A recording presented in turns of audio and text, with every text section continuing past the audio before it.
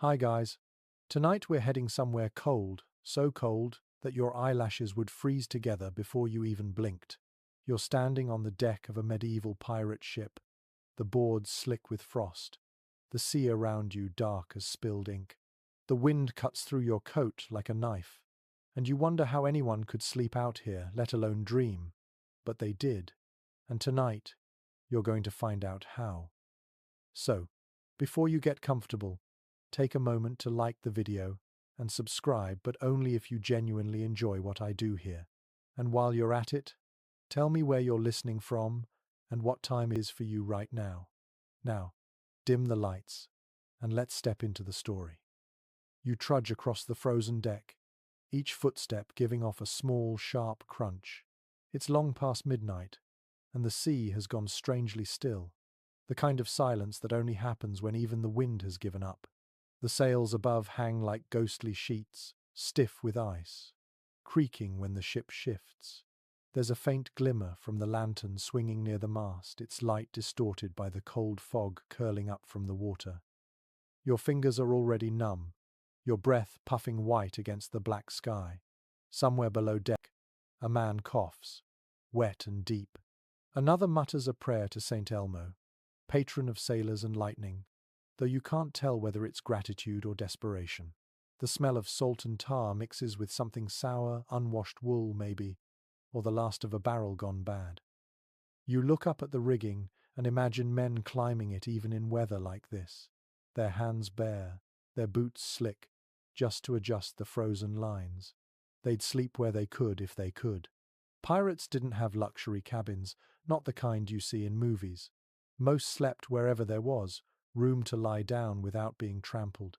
Sometimes that meant between barrels, sometimes on top of coils of rope. And when the cold came, when winter seas turned savage, it meant trying to survive in conditions that would drive most modern sailors below deck, screaming for a hot shower. You rub your hands together, trying to feel your fingertips. The air tastes metallic, like old coins. Some nights, the cold was so intense that metal buckles stuck to skin. Pirates, for all their swagger, didn't escape nature's cruelty. Ships from the 15th and 16th centuries weren't insulated. The decks leaked, the hulls groaned, and the only thing standing between a man and hypothermia was a threadbare blanket and the warmth of the crew packed like sardines. Historians still argue whether pirates deliberately avoided the far north or simply had no choice when chasing trade routes. But one thing's certain, winter on a ship was merciless. The North Sea could turn to slush, the Baltic to glass. Ice formed on the rigging until it weighed down the masts. Men chipped at it with knives just to keep the sails from snapping. You pause near the bow, leaning over the rail. The sea below looks solid enough to walk on, a rolling plain of grey-blue ice shards. Somewhere beyond that horizon are ports frozen shut, fishermen stranded ashore, and the faint hope of warmth. The pirates aboard this ship didn't have that hope. Out here, the cold wasn't a visitor, it was a crew member. A fact often forgotten, pirates weren't always from the tropics. The romantic Caribbean image came later. In medieval Europe, especially between the 13th and 16th centuries, pirates often roamed the North Atlantic, the English Channel, or the coasts of Scandinavia. They raided merchant ships from Hanseatic ports or even the icy northern whaling routes. The term Viking had long faded, but its echoes lingered in the cold breath of men still living by plunder and sail. And here's a quirky tidbit to keep your imagination awake for a few minutes longer. Some of these pirates rubbed their hands with whale oil before sleep to trap heat under their skin. Whale oil, thick and greasy, worked like a primitive thermal layer. It smelled awful, of course, but when your bones ached from cold, vanity wasn't a concern. You can almost feel that slick residue now, mixed with salt and grime, catching what little warmth the body could produce. You step closer to a small wooden hatch leading below deck. The light spilling from it is faint and yellow, flickering like a heartbeat. Inside, the air will be different, warmer perhaps, but suffocatingly so. The men down there will be huddled in clusters, wrapped in whatever cloth they could steal or stitch. Maybe one snores through missing teeth, another dreams of gold he'll never spend. Sleep on a ship like this wasn't gentle. It was a negotiation between exhaustion and fear. The wind picks up again, whining low through the rigging. You pull your coat tighter, though it does little. Your mind wanders to how pirates measured comfort, not by softness, but by survival. A night where you didn't lose a toe to frostbite counted as luxury. A morning where the ship hadn't cracked its hull on floating ice felt like a blessing. The sea didn't care about their crimes or their courage. It just existed, cold and infinite, testing whoever dared cross it. You glance at the stars, faint pinpricks blurred by thin clouds. Somewhere above them, the same constellations have watched centuries of sailors struggle through nights just like this. Orion's belt, the North Star, familiar companions to men who had nothing else to rely on. The rhythmic creak of the mast becomes almost hypnotic, like a lullaby built from wood and wind. There's a beauty in it too, if you squint through the misery. The frost along the rail sparkles faintly, catching the lantern light. The sea breathes in slow waves, steady as sleep itself. You think of the crew below, each one a story, some murderers, some runaways, some just desperate. Tonight, they share the same enemy, the cold. Tomorrow, perhaps, they'll return to killing. But for now, they just want to keep breathing. You run your hand over the deck rail and feel the thin crust of ice flake beneath your palm. It's rough, real. For all its danger, the ship is alive, groaning like a living thing under stress. Somewhere, a rope snaps, and someone curses softly. The sound fades quickly into the night, swallowed by the wind. The historians who write about these ships often focus on the battles, the treasures, the flags. But the truth, the small human truth, lives in these frozen nights. In how they slept with their boots on because undressing meant death. In how one man's blanket might be stolen the moment he drifted off. In how sometimes they sang quietly into the dark, their voices trembling but steady, to remind themselves they were still there. You feel the ship roll beneath your feet, gentle but insistent. Somewhere deep in the hold, barrels shift and chains rattle. You can almost hear the ghosts of all who came before, sailors, raiders, dreamers, each one leaving behind a breath of warmth in the endless cold. And as you stand there, under the brittle sky, you realize this story isn't about treasure or glory. It's about survival, the most ancient, fragile kind.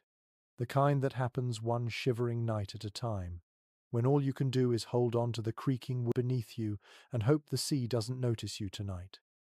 The ship groans beneath your feet as you shift your weight, the boards flexing just enough to remind you that this entire world of wood and rope is floating on an endless, merciless sea. The air feels colder now, a steady wind slicing through the rigging. You can hear the sound of ropes straining and timbers answering in low, aching voices. Every creak and pop feels alive, as if the ship itself is trying to talk to you. You move slowly, feeling your way along the icy railing. The moonlight spills in thin, silver bands across the deck, catching the frost that glitters like powdered glass. Every breath you take rises in a pale cloud before fading into the night. The sails are stiff, heavy with ice, their canvas edges frozen into strange, rippling shapes that look more like sculptures than fabric. You pause for a moment and listen. The ocean has gone quiet except for the faint hiss of small waves lapping against the hull. Somewhere nearby, a loose rope bangs rhythmically against the mast. That sound could drive a man mad after enough sleepless nights. You picture the pirates trying to sleep with that steady knocking, mixed with the groaning of the planks and the occasional scream of the wind through the rigging. Sleep was a battle they fought every night, not with swords but with sound. The upper deck is deserted. Most of the crew have already vanished below to escape the wind. You can almost see their shadows moving down there, cramped together in a space that smells of salt, sweat, and mold.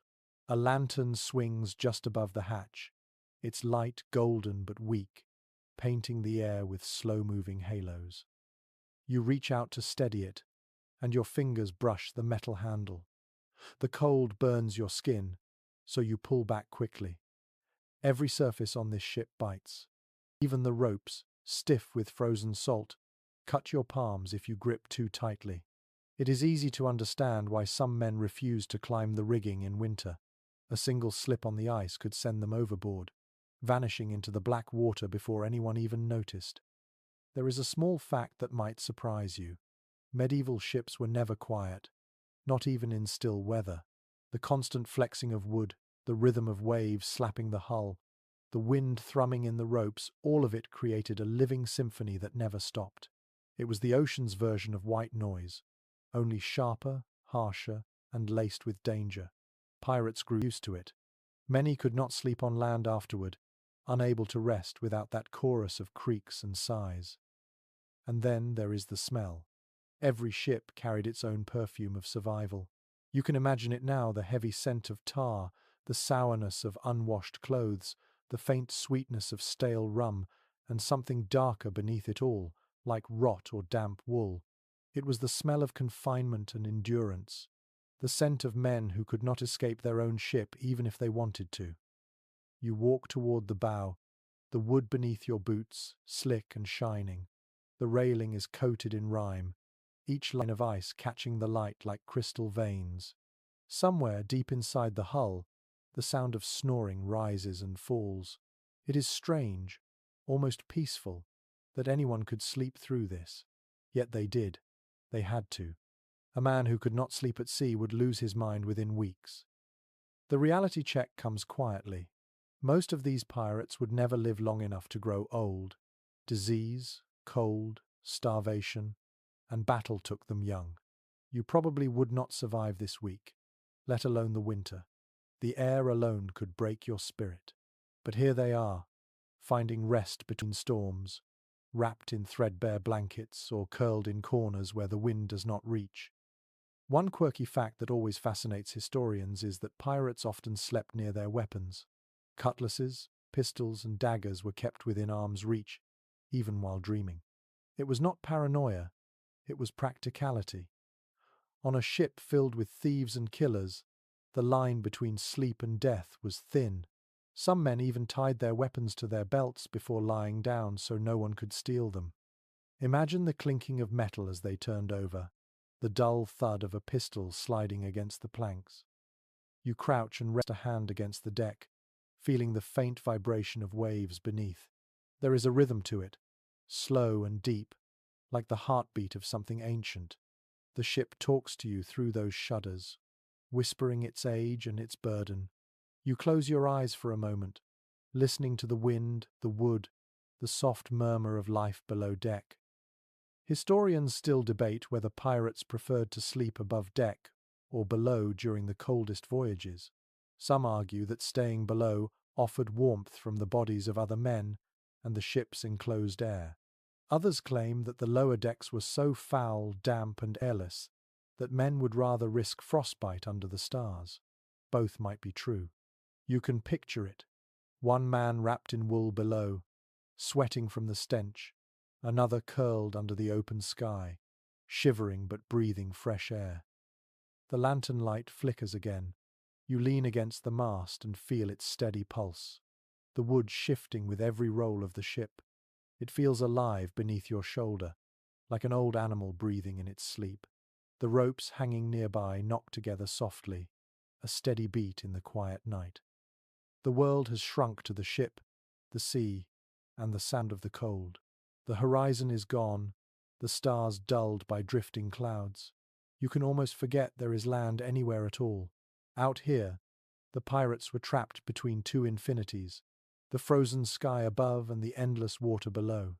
Their only real home was the fragile planks between them. You take one last, slow look around. The deck is a map of frost and moonlight. Every line, every nail, every frozen puddle tells a story of human stubbornness. The men below are sleeping, if you can call it that, while their ship whispers and groans around them. And you, standing here with your breath hanging in the air, can almost feel what they felt, the uneasy peace between exhaustion and fear, the strange beauty of surviving just one more night. You climb down a short ladder toward the lower deck, where the air grows thicker and smells of tar, old wood, and bodies pressed too close for comfort. The sound of the sea fades to a muted hum, replaced by the soft sway of ropes and the groan of the hull. Down here you finally see them, the sleeping pirates. Not on feather beds or in bunks like soldiers, but in narrow hammocks strung side to side, creaking as the ship moves beneath them. Your breath catches. It feels like entering a different world, a floating cave that rocks with each passing wave. Lantern light paints everything in dull gold, swinging slowly, making shadows crawl along the beams. The hammocks sway gently, each one holding a shape wrapped in rough fabric. They look peaceful, but you know better. The sea never truly lets anyone rest. A small recorded detail from early seafaring days notes that hammocks were first used not for comfort, but for safety. Sailors learned that sleeping on the deck was dangerous. One roll of the ship could throw a man into a wall or send him crashing to the floor. Hammocks changed that. Suspended by ropes, they moved with the ship, cradling the body rather than fighting against it. Pirates adopted them quickly. A man in a hammock could sleep without bruising his ribs. You step closer and touch the edge of one. The fabric is stiff with salt and cold, its fibers rough and gritty beneath your fingers. You can imagine how it felt against skin rubbed raw by sea air. A curious little detail you might not expect is that some pirates lined their hammocks with stolen sailcloth or even animal fur if they were lucky. Anything that could trap a little warmth was precious. The fabric smelled of smoke, sweat, and salt, but that mix meant survival. As you listen to the rhythm of the hammocks swaying, it almost feels hypnotic. Each one creaks in a slightly different pitch, blending into a strange lullaby. The sound has weight, like time itself swinging back and forth. The ship sighs as if it shares the same exhausted rhythm. You notice a man shifting in his sleep, murmuring something unintelligible.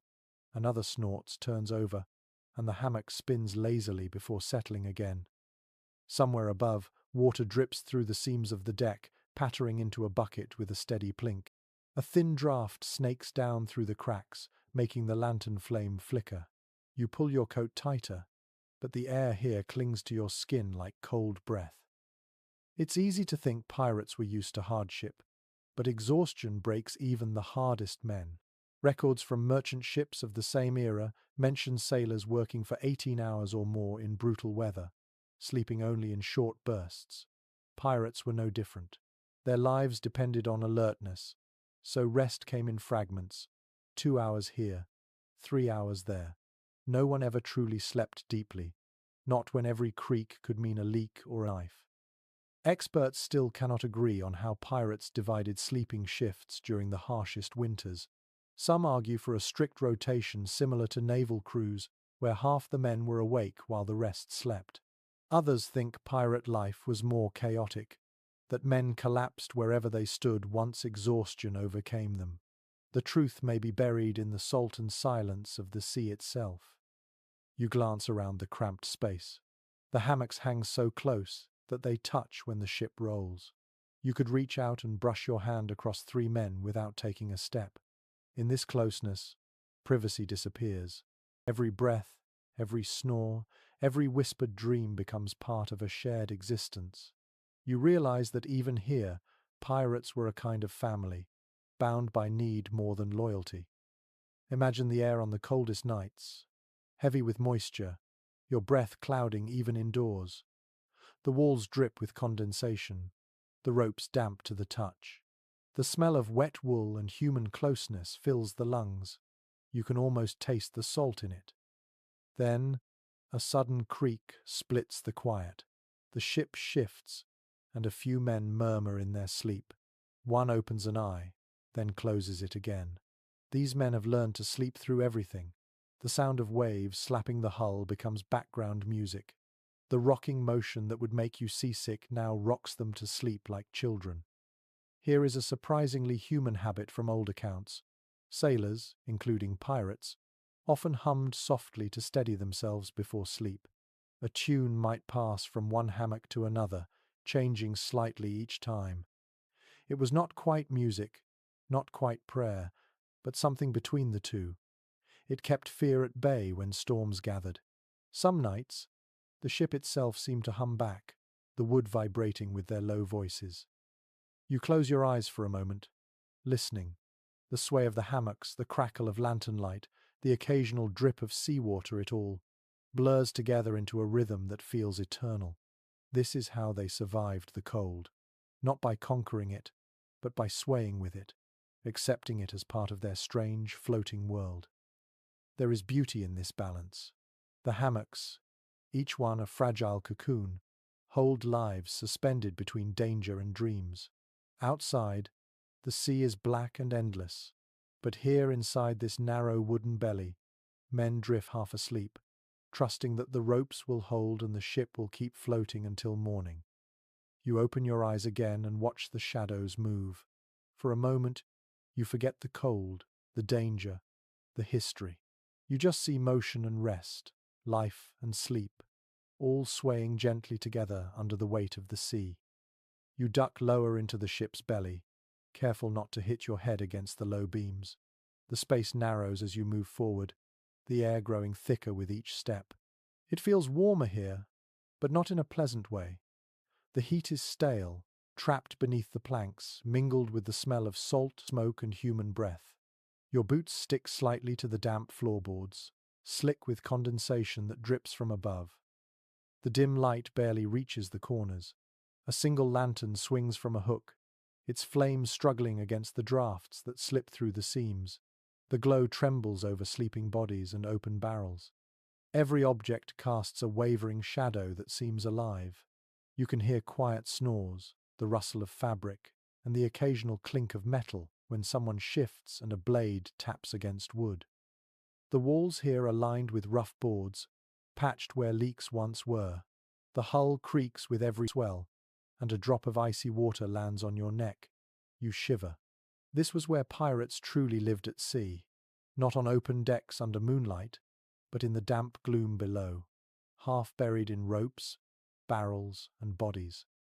It is written in the journals of sailors from the late Middle Ages that the lower deck was both haven and prison. Up above, the wind could kill you with frost. Down here, the air might choke you first. Yet most men preferred it. Even foul air felt kinder than the bite of open sky. A peculiar truth about life below deck was how every sound echoed. A man coughing in the corner could be heard across the room. Conversations turned into whispers, and whispers often into secrets. Here, alliances were formed, grudges brewed, and stories told between breaths. The cold may have ruled the sea, but down here, warmth came from company. You crouch near a pile of tattered blankets. The fabric is coarse, patched from different materials, some wool, some linen, some so thin you can see through them. The smell rising from them is heavy and earthy. You imagine 2 or 3 men sharing one, wrapped together in exhausted silence. In one corner, you notice a small figure, perhaps a boy, no older than 15, huddled with his knees to his chest, his back against a barrel.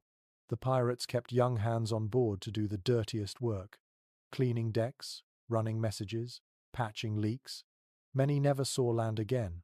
For them, the lower deck was bedroom, classroom, and nightmare all in one. You step closer to the hull and press your hand against it. The wood feels alive, cold and damp, but pulsing faintly with the movement of the waves outside.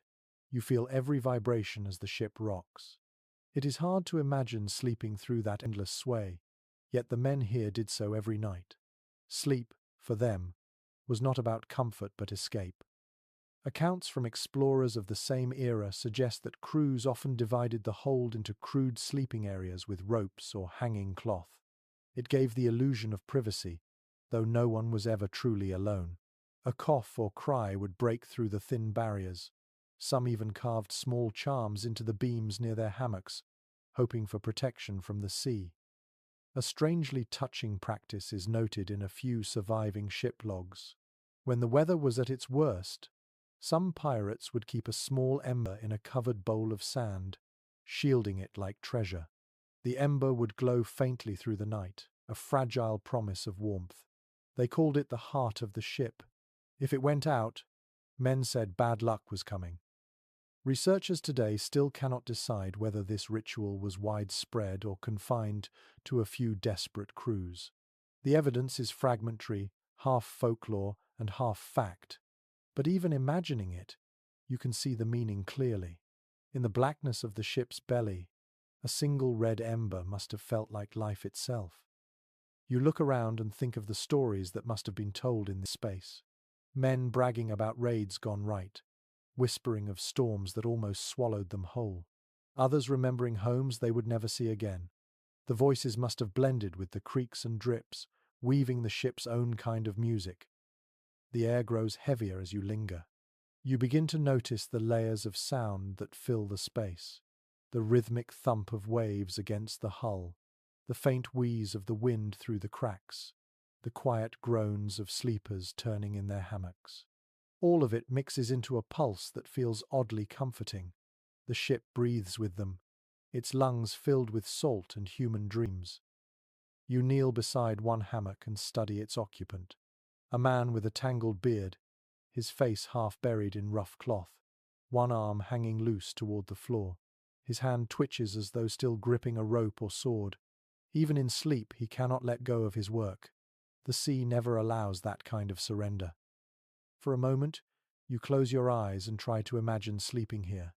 The heat pressing down, the stink of mold and sweat, the wooden walls sighing with every swell. Yet amid that discomfort, there is also something gentle. The sway of the ship rocks you without asking permission, a cradle carved from hardship. One forgotten sailor once wrote in a marginal note that, below the deck, the ship holds her breath. You feel that truth now. The air is thick but quiet, as though the whole vessel pauses while its crew sleeps. Above, the cold night howls. Down here, in this dim cocoon, the men find fragile peace before dawn wakes the waves again. You pull yourself back toward the main deck again, where a faint glimmer of morning light slips through the cracks in the planks. The cold air greets you immediately, biting into your cheeks. You can smell the ocean again, sharp and clean, mixed with the tang of old salt and damp rope. The sky is the color of steel, and you feel the first whisper of snow in the wind. The crew begins to stir. One man stretches, another coughs, his breath forming small clouds. You notice how they are dressed. Nothing looks uniform. Their layers are a mix of whatever fabric they could steal, trade, or patch together. The sight tells a quiet story about survival. Documents from the 15th century mention that sailors often wore wool next to the skin, then linen, then heavy coats made of canvas or hide. Pirates copied this habit, wrapping themselves in whatever could trap warmth. Some even wore women's skirts or priests' robes stolen from raids, torn and re-sewn into cloaks. It did not matter how it looked. Warmth was worth more than pride. You watch as one pirate adjusts a scarf made of bright red fabric, its edges frayed but thick. He ties it twice around his neck and tucks it under his chin, muttering something about keeping the devil's fingers off his throat. A curious superstition, perhaps. Sailors believed the cold carried spirits that could crawl into a man's lungs while he slept. A scarf was more than comfort. It was protection. The wind grows stronger, snapping the stiff sails. You pull your coat tighter. Even from here, you can feel the frost forming on the ropes, the way it stiffens every knot. The men rub their hands together and stamp their feet, trying to coax warmth back into their limbs. One laughs bitterly and says, "The sea steals heat faster than it steals gold." It is written in old merchant records that winter voyages were a test of endurance more than navigation. The sea froze, sails stiffened, and men died not from storms, but from slow creeping cold. Some crews packed extra blankets, but most simply layered everything they owned. When that failed, they stuffed their clothes with moss, straw, or shredded cloth from torn sails, anything to stop the wind from biting the skin. A small but fascinating practice from northern pirate crews involved rubbing seal fat on their faces and hands before nightfall. It worked like primitive insulation, trapping body heat and keeping moisture from freezing the skin. The smell must have been horrendous, thick and fishy, but those who used it swore it saved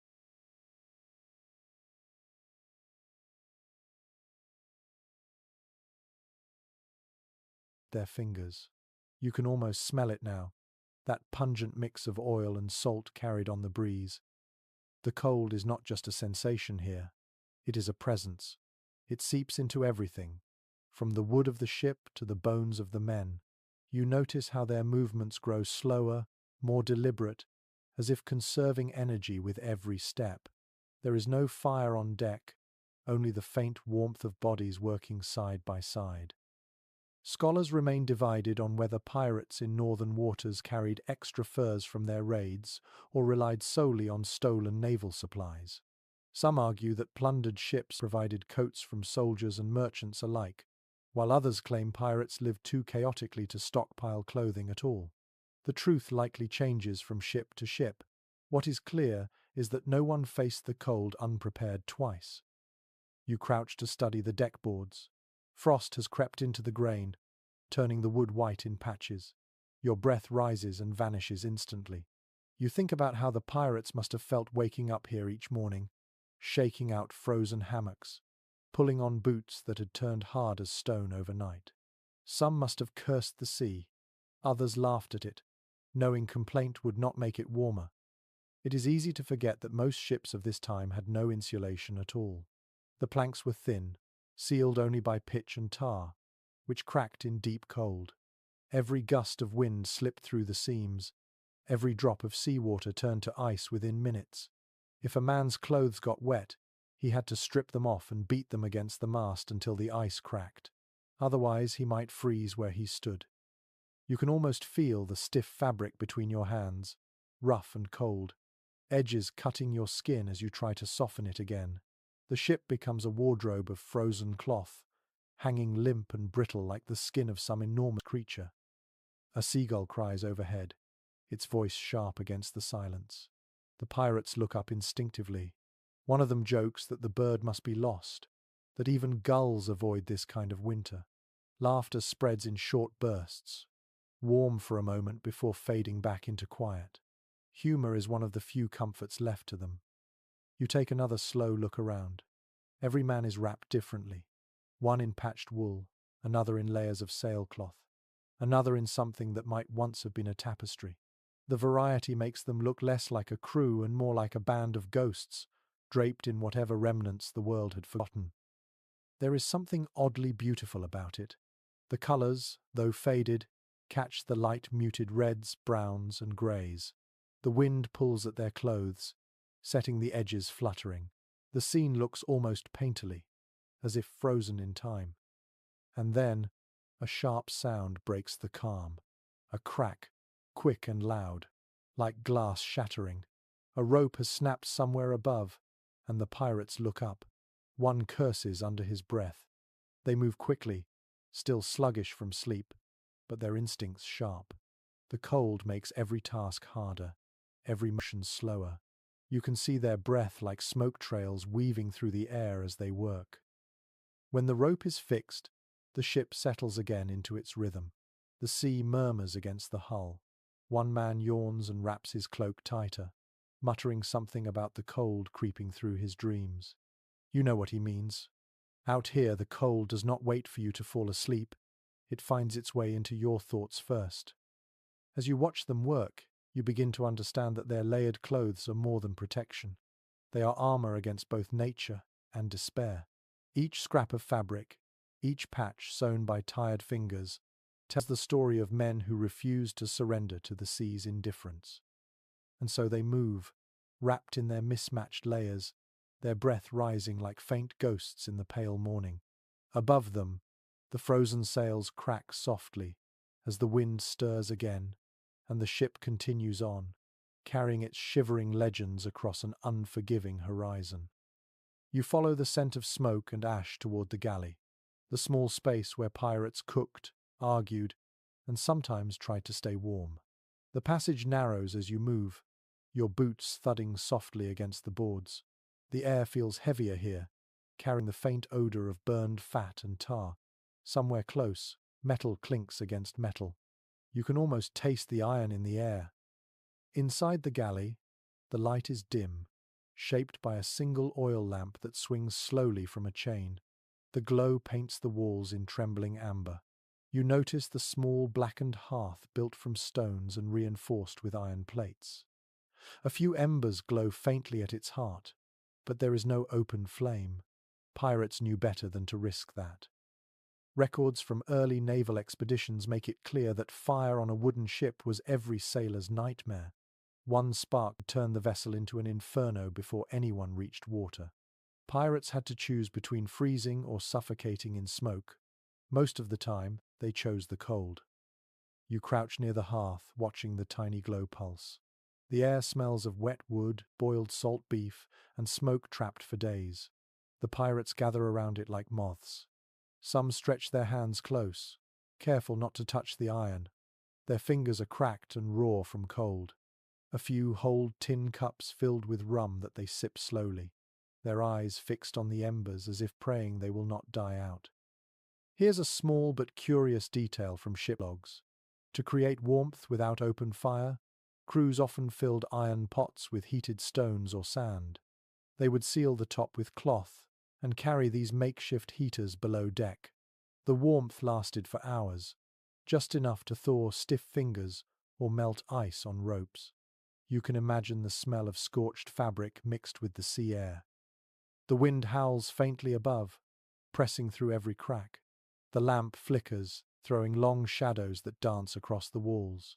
The pirates are quiet, moving slowly. One scrapes the last bits of food from a pan.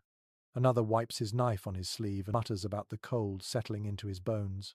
They talk about warmth as if it were treasure. Modern researchers still cannot agree how crews managed heat during deep winter voyages. Some claim they built small, shielded braziers that burned in the open air when the sea was calm. Others believe they used sealed lanterns filled with whale oil, their faint heat multiplied by layers of wool and bodies packed close together. Whatever the truth, it was a dangerous balance. One wrong move could mean death by fire or frost. You sit beside them in the dim light. The glow from the coals breathes like a living thing. Every few seconds, one pirate leans forward with a stick to stir the ashes, coaxing more life from the heat. The room feels smaller when the warmth returns, as though the air itself softens. For a moment, everyone relaxes, shoulders dropping, eyes half closing. Then someone laughs softly, breaking the silence. He points at a dented copper kettle hanging from a hook. The handle has been wrapped with rope, and a small wooden carving dangles from it, shaped like a fish. It's a charm, a small promise that the ship will not burn. The men grin and tap it before turning back to their work. A sailor's life was full of such tokens. They carried pieces of bone, bits of shell, or carvings from driftwood, each with its own story. These were not luxuries. They were faith in solid form. When the world around you was made of ice and salt, even superstition had weight. You feel the ship tilt slightly beneath your feet. A few drops of hot water spill from a pot and hiss when they hit the cold floor. The pirates curse quietly, moving to steady the pans. One of them jokes that the ship must be jealous of the warmth. Laughter ripples again, short but genuine. It feels like a small victory, proof that spirits still burn even when fire cannot. Outside, the wind begins to rise. You can hear the sails strain and the ropes hum under tension. The sound creeps down through the wood, a reminder that the cold is always waiting, just beyond the walls. The pirates glance toward the ceiling instinctively. The sea is never far away. A fascinating account from a 14th century voyage mentions that sailors sometimes used heated cannonballs to warm their quarters. They would take one from the galley fire, roll it across the deck in a bucket of sand, and then place it in a metal box to radiate heat. The risk was immense, yet the reward was a few hours of bearable cold. It is hard to say whether pirates truly dared it, but the idea alone shows the lengths they went to for survival. You imagine that glow, faint and red, flickering across the faces of exhausted men.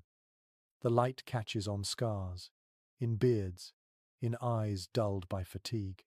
They lean closer, chasing warmth that never lasts. The air smells of smoke, sweat, and old rum.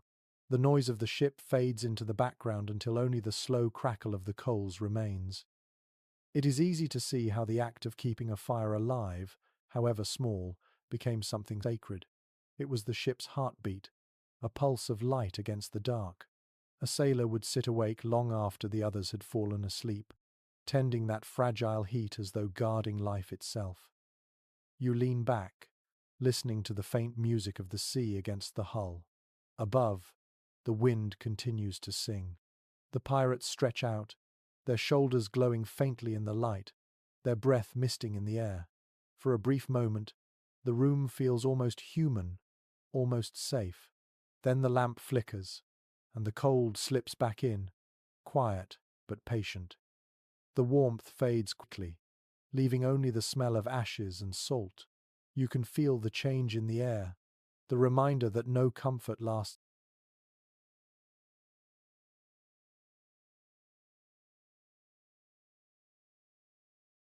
long out here. But in this fleeting moment, as the embers glow and the men's eyes grow heavy, the cold seems far away. The ship sighs again, and somewhere deep inside it, a small, glowing coal keeps breathing. You climb back toward the middeck where the light is thin and blue, a sign that the day is beginning but the sun has not yet conquered the mist. The air feels brittle, as if it might shatter if you breathe too sharply.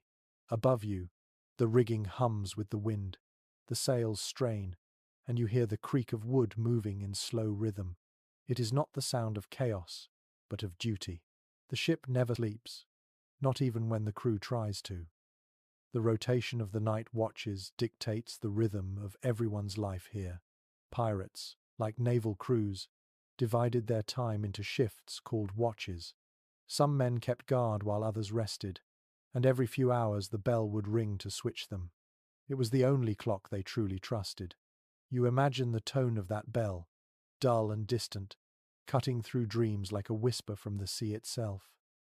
Historical records from early privateers describe these watch rotations as both discipline and curse. Too much rest meant danger, too little meant madness. Pirates, never fond of order, often bent the schedule to fit their moods or needs. Some slept 2 hours at a time. Others refused sleep entirely until exhaustion forced them down. What mattered was not the number of hours, but the rhythm itself, the pulse of ship life that never stopped. You lean on the railing, feeling it cold beneath your palms. The horizon glows faintly. A few men shuffle out from below deck, eyes bleary, hair matted with frost. One yawns so hard you hear his jaw crack. Another splashes a handful of seawater on his face, gasps, and laughs at the shock of it. Their voices sound hoarse, yet alive. The next watch has begun.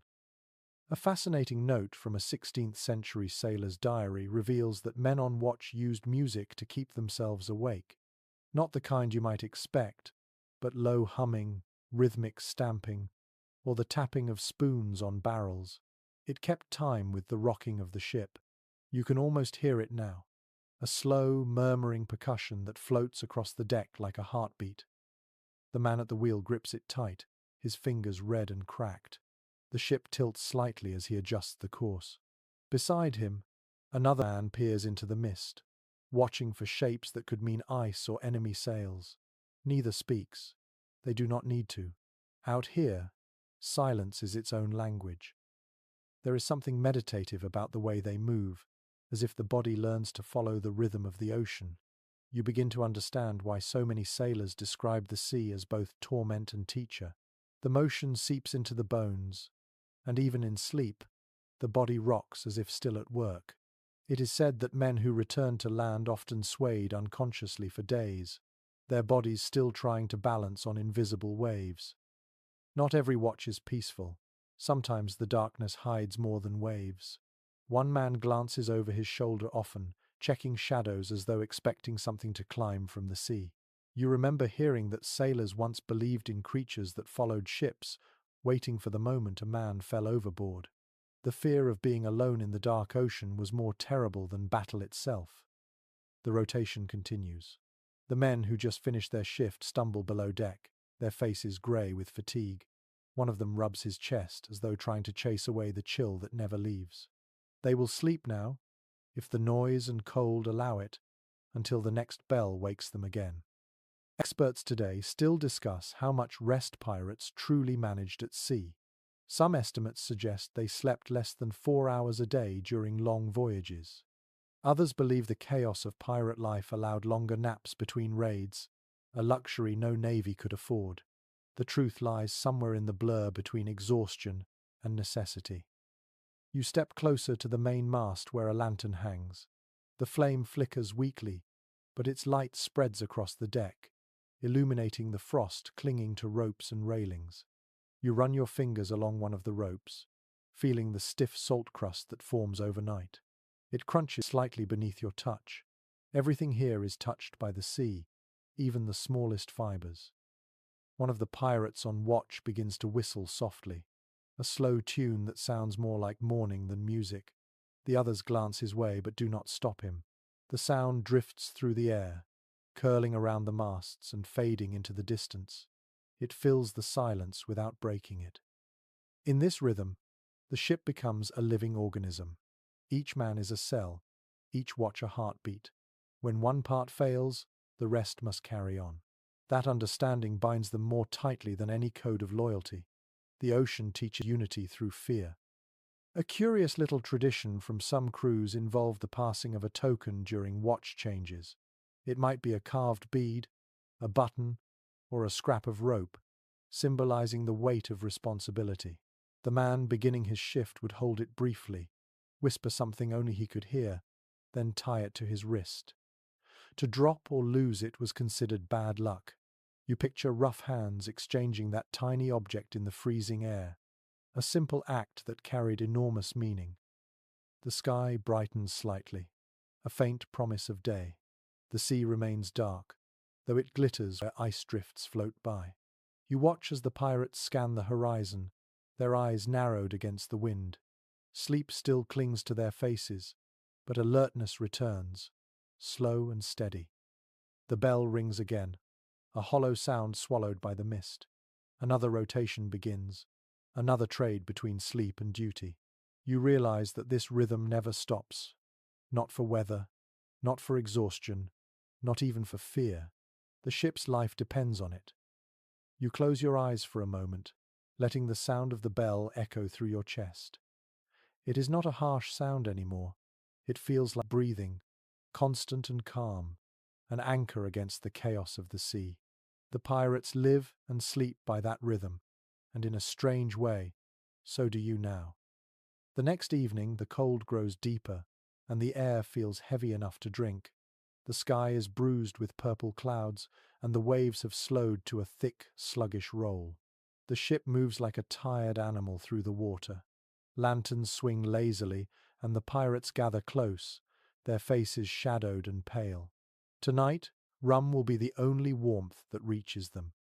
The smell hits you first, sweet, sharp, and earthy, a mix of molasses and smoke. Someone passes a flask along the line, taking turns without a word. The rum burns the throat, but it also blurs the cold, makes the edges of the night softer. One man sighs with relief after his drink, as if he can finally feel his heart again. Historical journals often mention that rum was both comfort and curse aboard ships of this age. The strong liquor numbed pain, quieted fear, and filled empty bellies when food ran short. But it also dulled reflexes, frayed tempers, and fueled fights that could end with blood on the planks. Pirates, unlike naval crews, had no rations to control their drinking. A cask might last a week or a night, depending on their mood and misery. You sit near the group, listening to their talk. The sound of their laughter carries easily in the still air, low and rough. Their stories wander between truth and imagination, stitched together by the rhythm of their cups. One speaks of a raid near the Canary Islands, where they drank more than they fought. Another swears he once saw frost form on a man's beard so thick it broke when he smiled. Here's an odd little truth drawn from sailors' accounts. Some crews mixed rum with seawater, both to stretch it and to avoid the shock of drinking it neat in the cold. They called it grog, a word that would later drift into naval tradition. The salt made it worse for thirst, but easier on frozen throats. You can almost taste it, sharp and briny, as if the ocean itself were in the cup. The light from the lantern catches the surface of a bottle, making it glow amber in the dark. The pirates watch it the way men on land might watch a fireplace. The rum becomes a substitute for heat, a trick for the body as much as for the mind. The wind moans softly through the rigging. One pirate begins to hum, his voice cracked and low. Others join in, the melody slow and uncertain, a lullaby stitched from exhaustion. It is not a song of victory or hope, but something older, something that belongs to the sea. You can feel it in your chest, that strange calm that comes after too much drink and too little sleep. Experts continue to discuss whether alcohol actually helped sailors survive cold voyages. Some argue that it only gave the illusion of warmth, drawing heat from the body faster once the buzz faded. Others suggest that, in small doses, it offered real comfort, enough to keep spare from sinking too deep. What no one doubts is its power over morale. A warm drink, even a dangerous one, kept men alive in spirit if not in body. You watch as one pirate wipes his mouth and grins through cracked lips. His teeth are yellow, his cheeks hollow. He taps the bottle against the mast and says, "To the cold, may it drink slower than we do." The others laugh, though it is the kind of laughter that hides something brittle underneath. The ship rolls gently, and the lantern light ripples across the deck. A few men lean back against barrels, eyes half closed. Their words blur into mumbling. Rum has a way of making time slip sideways. Minutes stretch into hours without anyone noticing. The rhythm of the sea and the buzz of alcohol melt together until even the cold feels far away. But the peace never lasts long. A shout breaks from the other end of the deck, harsh and slurred. Two men argue over a cup. The sound rises quickly, sharp against the night. One pushes the other, and the crew moves fast to pull them apart. Their hands grip shoulders, voices low, trying not to wake the rest of the ship. The fight fizzles as quickly as it began, leaving only tense silence. A curious superstition floats among sailors' tales. It was said that spilling rum at sea angered the spirits of drowned men. The liquid belonged to them once it touched the deck. That is why some pirates, after a brawl, would pour a few drops over the side to pay the sea. You watch one of them do it now, tilting the bottle slightly and whispering into the dark water. The wind carries the smell of rum across the deck, mixing with the salt air. Somewhere below, a few men stir in their hammocks, muttering in their sleep. Maybe they are dreaming of taverns, firelight and soft beds. Maybe they dream of warmth that never ends. You can almost see it through their eyes. A wooden table, candles dripping wax, laughter echoing without fear of frost. The bottle comes back around to you. You lift it to your lips. The taste is harsh but alive. It burns for a moment, then fades, leaving behind the strange comfort of something shared. The cold is still here, pressing at your face, creeping into your fingers, but it feels softer now, as if it has agreed to wait its turn. Above you, the sails snap once, and the ship tilts gently. The rum settles in your stomach like a small ember, not enough to chase the cold away, but enough to remind you you're still here. Around you, the pirates laugh again, their voices slow and rough, and for a fleeting hour, the coldest night at sea feels almost human. The rum is gone by dawn, leaving the air thick with the smell of salt, smoke, and tired laughter. The pirates have gone quiet again, their voices fading into whispers as the cold returns. You watch them settle into their corners, pulling their blankets close, their eyelids heavy but restless. Sleep comes differently at sea. It is not rest so much as retreat, a thin layer between exhaustion and memory. You lean against a wooden beam, feeling the ship move under you. It sways gently, like breathing. Around you, the men drift into uneasy slumber. Their faces soften, their bodies curling inward. The sound of the sea blends with their slow, uneven breathing. Somewhere above, the ropes knock softly against the mast, a rhythm that feels almost deliberate, almost kind. It is written in the letters of captured sailors that pirates often dreamed of land. They spoke of beaches, fires, and soft beds, as if they were miracles. Some claim to see gold even in their sleep, coins spilling from invisible chests, only to vanish when they reached for them. You imagine the frustration of that, the longing turned into nightmare. The colder the sea, the sweeter the dream. A curious glimpse into pirate superstition appears in an old ballad. It was said that a man who dreamed of fire during winter would not live to see spring. Flames in dreams were omens of fever, storms, or battle. The men joked about it sometimes, but you can sense that they half believed it.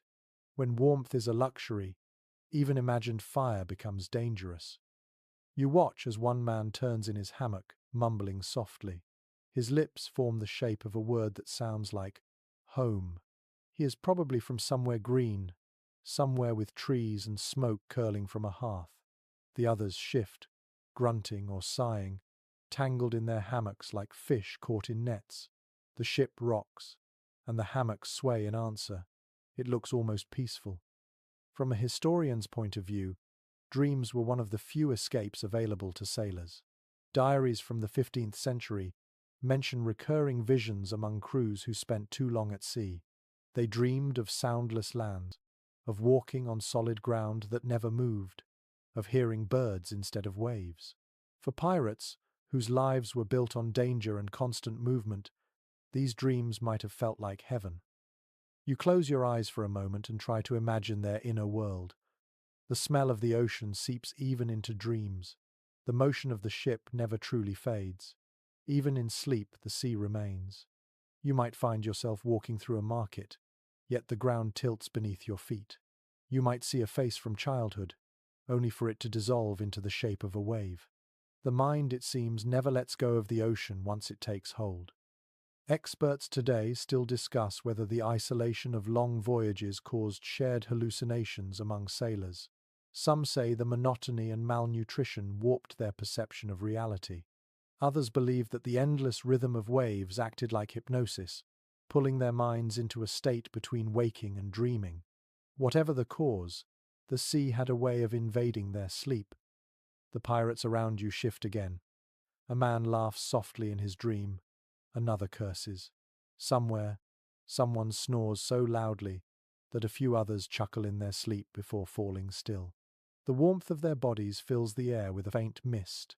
The lantern light flickers across the ceiling, throwing gentle waves of gold that rise and fall with the ship's motion. You remember that many pirates were once ordinary sailors, merchants, or fishermen who had known land well before the sea claimed them. Perhaps their dreams were fragments of that other life, still echoing in the dark. A house by a harbour, a woman's voice, the smell of bread. For all their roughness, pirates were human first, and the night reminded them of it. One fascinating account from a prisoner's testimony describes a pirate who refused to sleep below deck, saying he could not bear to dream of dry land. He slept on the open deck instead, wrapped in sailcloth, his face to the stars. The others mocked him, calling him ghost lover, but he said it helped him remember he was free. The testimony ends with his disappearance at sea a few weeks later. You listen now to the sea outside. It whispers against the hull like a voice too distant to understand. It sounds almost tender. Perhaps that is why pirates came to love and hate it equally. It took their freedom and their peace, gave them riches and death in the same breath. In their dreams, they might have tried to make peace with it, to tame it for a few hours before waking. A small, almost forgotten detail from a ship's log mentions that some crews encouraged storytelling before sleep. It was a way to guide dreams, to shape what the mind would see. The stories were simple, sometimes about gold, sometimes about food, but they worked. Men slept better after imagining something worth surviving for. You can feel that rhythm in the room now. The murmured breathing, the creak of hammocks, the sigh of the sea. It feels ancient, almost sacred. The dreams drifting through this ship are not peaceful, but they are alive. They carry warmth that no fire can give, the warmth of memory, of something human still glowing beneath the cold. You look up. The lantern light dances across the beams, and for a fleeting moment, you imagine the ship dreaming with them. Its creaks are whispers, its sway a heartbeat. Maybe even the wood, remembers the warmth of the sun long gone. And as you stand there, surrounded by sleeping men and their fragile dreams, the cold outside feels less cruel. The next day begins with a dull grey light, heavy clouds hiding the horizon. The cold bites even before you open your eyes fully. The ship groans softly under your feet, every timber stiff from frost. The smell of salted meat lingers in the air, and somewhere nearby, a pan clatters. It is time for the morning meal, though calling it that feels generous. You follow the sound into the galley. A few men gather around a small table, heads bowed, hands cupped around tin plates. The food looks as tired as they do. Hardtack biscuits chipped like stone, strips of salted beef that glisten with oil, and a pot of grey stew that smells faintly of brine and smoke. The air feels damp and close, filled with the aroma of boiled fat and wet wool. Old seafaring records tell us that pirates, like other sailors of their time, survived on rations meant to last months. The meat was packed in barrels of salt, so strong that men often had to soak it overnight before cooking. Bread turned to rock within weeks. If a biscuit broke your tooth, no one was surprised. They called it ship's bread, though it was closer to punishment. You watch one man try to chew through a piece of beef, his jaw working slowly. He grunts, swallows, then laughs without humor. "Better than snow," he mutters. Another scoops stew into a tin cup, the liquid pale and thin. You can smell the salt from where you stand. A curious little detail from ship life reveals that some pirates used their rum to soften the hardtack. They would soak the biscuits until they crumbled, then mix them with sugar or molasses if they had any. It turned into a kind of porridge, sweet and thick, a rare comfort in the biting cold. You can almost taste it now, sweet and bitter at once, the warmth spreading just enough to remind you what comfort feels like. The cook stirs his pot with a wooden ladle, his hands red from cold. He hums softly under his breath, an old song from some port you will never see. The melody winds through the air, mingling with the clink of spoons and the creak of the ship. The pirates eat in silence, the kind born of exhaustion rather than manners. There are no fresh vegetables, no fruit, no bread that still bends. The men's lips are cracked, their faces pale. Some show the first signs of scurvy, bleeding gums, slow movements, eyes dull with fatigue. The sea takes its toll slowly, without mercy. They chew, swallow, and stare at nothing. The act of eating feels more like survival than satisfaction. Researchers have found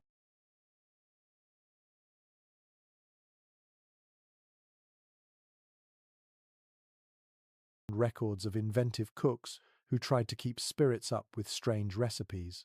Some mixed crushed biscuits with seawater and grease to make something like dumplings. Others used powdered mustard to hide the taste of rot. It was creativity born of desperation. Pirates were not chefs, but they were stubborn. Anything edible became a meal. The man beside you holds out a plate of stew and gestures for you to sit. You take it, feeling the warmth seep into your fingers through the metal. The broth tastes of salt and smoke, thin but alive. You can feel it travel down your throat, warming a little piece of you the cold had forgotten. Around you, spoons scrape plates. For a few minutes, the only sound is eating. An argument begins at the far end of the table. Two men grumble over who gets the last bit of dried fruit. Their voices rise, but no one else interferes. Hunger sharpens tempers more than rum ever could. Finally, the cook slams his ladle against the pot, and the noise echoes through the galley. The fight stops. The silence that follows is heavy but short-lived. The rhythm of eating resumes, slower now, quieter. A strange fact from a 14th century travel account mentions that sailors sometimes kept small cloth bags filled with aromatic herbs or citrus peel when available. They would sniff these during meals to mask the stench of spoiled food. You picture a pirate lifting such a charm to his nose while pretending the stew in front of him tastes like roasted lamb. It is both ridiculous and deeply human. The air thickens with the smell of smoke as the last coals in the hearth fade. Someone coughs, someone else belches, then laughs. The sound ripples through the room like a spark. It reminds everyone that they are still alive, still together. Outside, the wind howls again, rattling the ship's sides. The men finish quickly, wiping their mouths on sleeves or old rags. Some save crumbs in small pouches just in case. Others lick their fingers clean, unwilling to waste even a grain of salt. The cook begins to scrub his pot with sand and seawater, humming the same tune. Historians today still question how pirates managed morale on such meager diets. Some argue that shared meals built unity, a kind of ritual that reminded them they were not alone. Others think the monotony of food worsened discipline, feeding mutiny as much as hunger. Both ideas might be true. The galley was the ship's heart, both comfort and battlefield. You linger for a moment longer. The table is empty now, the plates stacked neatly. The smell of salted beef clings to the air. You glance around and see the faces of men hardened by necessity, their eyes dulled by cold but still alert. The sea may strip away softness, but it never fully takes the will to live. As you turn to leave, the cook pours the last of the warm water into a small cup and offers it to you. His hand trembles slightly. "For luck," he says. You take it, the warmth seeping into your palms. The taste is plain, just salt and metal, but it feels sacred somehow. On this frozen ship, every bit of heat is a blessing, and every meal, no matter how poor, is a small act of defiance. The cold grows sharper as the days pass, a creeping presence that slides into every seam of the ship. The ocean itself begins to change. The water darkens until it looks like black glass, and the wind cuts with a high, whining note. You pull your collar higher and watch as flakes of snow drift lazily down, settling on the deck before vanishing into tiny beads of water. The pirates move slower now. Their boots crunch on the frozen planks. They speak little, saving their breath for work. The sails hang stiff, patched with frost, and the ropes sparkle faintly in the pale light. Each line looks beautiful, like crystal threads spun across the masts. But you know that beauty hides danger. Ice adds weight, and weight breaks ships. Historical accounts of northern voyages tell of sailors forced to climb frozen rigging with knives between their teeth, hacking away at ice before it could pull the mast down. You can almost see it now, a man halfway up the main mast, his fingers bleeding as he chips away at the glittering frost. The wind shrieks through the ropes, and the sea below looks solid enough to walk on. A strange note found in a merchant's logbook mentions that during one particularly brutal winter, sailors used iron mallets to smash the ice off their sails, singing loudly so they would not notice their fingers going numb. Their laughter froze in the air before it disappeared. You imagine the sound, brittle and bright, carried away by the wind like tiny shards of glass. The pirates on this ship are not far from that fate. They move across the deck with a kind of grim rhythm, breaking ice from the ropes, scraping the frozen planks with wooden mallets. One man leans close to the mast, breathing hard, his beard stiff with frost. He wipes it away, but the crystals return within moments. The sea sprays upward in bursts that freeze mid-air, coating everything in a thin white shell. Modern researchers have long debated whether pirates ever dared to sail this far north. Some argue that only desperate or lost crews would risk such waters, while others believe the lure of trade routes and unguarded cargo pulled them toward the edge of the world. Whatever the reason, their courage or madness brought them into places where even the sea seemed to turn against them. You grip the railing and look out. The ocean stretches flat and endless, a mirror of grey. Pieces of ice drift past like broken glass. They knock gently against the hull, a hollow, ringing sound that echoes through the planks. Somewhere far off you hear a cracking noise, deep and drawn out, like a sigh from the earth itself. The ice is shifting. The pirates hear it too. Their eyes flick toward the sound, wary. They know what it means. If the ship becomes trapped, the pressure could crush the hull in minutes. No storm, no battle, no fire compares to that slow, invisible death. You can almost feel the tension tighten in the air, a shared breath held too long. A curious detail from an old sea chronicle tells of sailors who learned to listen for the song of the ice. It was said that if you heard a high, whistling tone in the night, the ice was moving toward you. The sound meant danger, but also a kind of eerie beauty. Men described it as the sea singing in its sleep. You listen now, and for a moment you think you hear it too, a faint, melodic hum beneath the wind. The pirates continue their work. One climbs into the rigging, swinging a small axe. Another drags a barrel across the deck to block a leak. Their faces are red with cold, eyes watering. No one speaks. The sound of wood cracking and tools striking fills the air. It feels like a ritual, harsh but necessary. Your breath fogs as you exhale. The frost forms on your lashes, turning the world into a blur of light and shadow. You wipe it away and catch sight of the helmsman, his hands clenched on the wheel. His gloves are stiff, his knuckles white. Every movement is careful. Even the smallest mistake could send the ship into an ice floe. The lanterns burn low, their light dimmed by frost on the glass. The deck glitters faintly, a frozen mosaic of salt and snow. You hear someone whisper a prayer, though you cannot make out the words. It sounds old, maybe older than the ship itself. Records from a 15th century Danish voyage describe how crews used oil-soaked rags to keep the ropes flexible during freezes. Pirates might have copied the trick, rubbing the lines with grease stolen from whalers or merchants. It must have smelled terrible, but it kept the ship alive. Even now, one man kneels near the bow, rubbing a thick black paste into the ropes. His hands shake, but he keeps working. The sky darkens quickly, the clouds sinking low until they touch the horizon.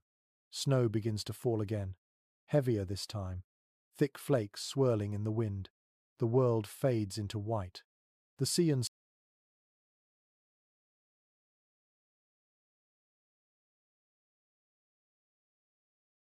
sky merge, leaving no sense of direction.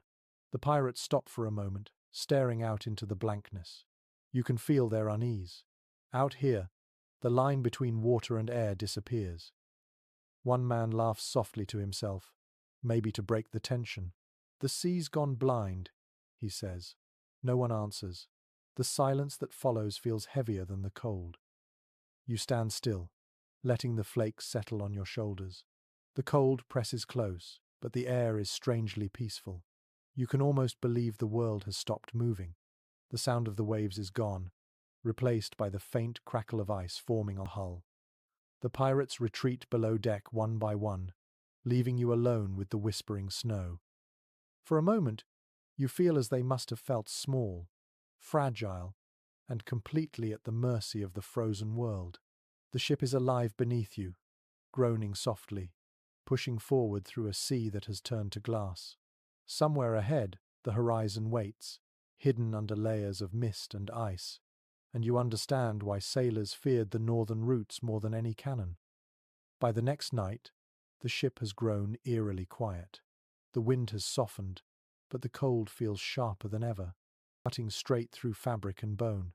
The sea is calm, too calm, the waves small and slow, as though the ocean itself has frozen mid-breath.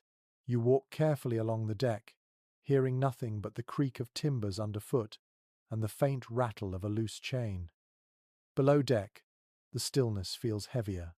The lanterns burn low, their flames thin and trembling. The air carries a sour tang that turns your stomach. It is the smell of sickness, mixed with damp wood and salt. A man coughs in the shadows, the sound thick and wet.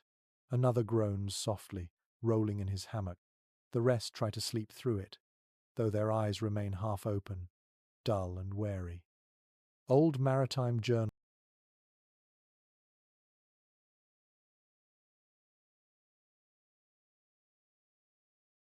describe how illness was the true predator of the sea.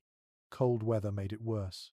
Frostbite, scurvy, and fever stalked the lower decks as ruthlessly as any enemy ship. Once infection began, it spread fast through the cramped quarters. A single cough could travel faster than a cannonball. You kneel beside one of the sick men. His lips are cracked, his skin pale beneath a layer of sweat. He stares at the ceiling and mumbles a prayer you cannot quite catch. His fingers twitch as though grasping a rope that is no longer there. The air around him feels warmer than the rest of the room, heavy with fever. A curious practice mentioned in one physician's record tells of sailors rubbing vinegar on their hands and faces to ward off disease. They believed the sourness killed the invisible mists that carried illness. The pirates here may have tried the same, though the smell of decay in the air suggests it did little good. The vinegar burned, but it offered the illusion of control, and illusions were sometimes all they had. You move deeper into the shadows. A bucket sits near the bulkhead, half full of murky water. Someone has vomited into it recently. A rat darts across the floor, its fur sleek, its eyes bright. The pirates ignore it. Rats are companions here, both pests and protectors. They warn of rot, and they eat what men cannot bear to touch. From a modern perspective, historians note that pirates often suffered the same plagues as the naval fleets they hunted. Lack of fresh food led to scurvy. Damp clothes invited frostbite. Infection turned minor wounds into death sentences. Yet despite the misery, crews rarely complained openly. To show weakness at sea was to invite mutiny or abandonment. The sick were cared for only as long as they were useful. You glance toward the corner where one man sits awake, sharpening a knife in slow, deliberate strokes. His eyes are distant, focused on nothing. Perhaps he sharpens it for comfort, perhaps for fear. The sound of metal scraping against stone fills the silence like a heartbeat. He pauses only to take a drink from a flask, then continues. The sick man beside him stares at the motion as if hypnotized. A whisper spreads among the crew that the fever has taken 3 men already. One was thrown overboard without ceremony, wrapped in a canvas shroud. They say his body froze before it sank. The others lie below, too weak to move. The living step carefully between them, pretending not to notice. In this kind of cold, grief has no energy to burn. Researchers still discuss whether pirates practiced any form of quarantine. Some argue that they pushed the ill aside, keeping them near the hold. Others suggest a rough compassion, with men sharing their rum or covering a comrade with an extra blanket.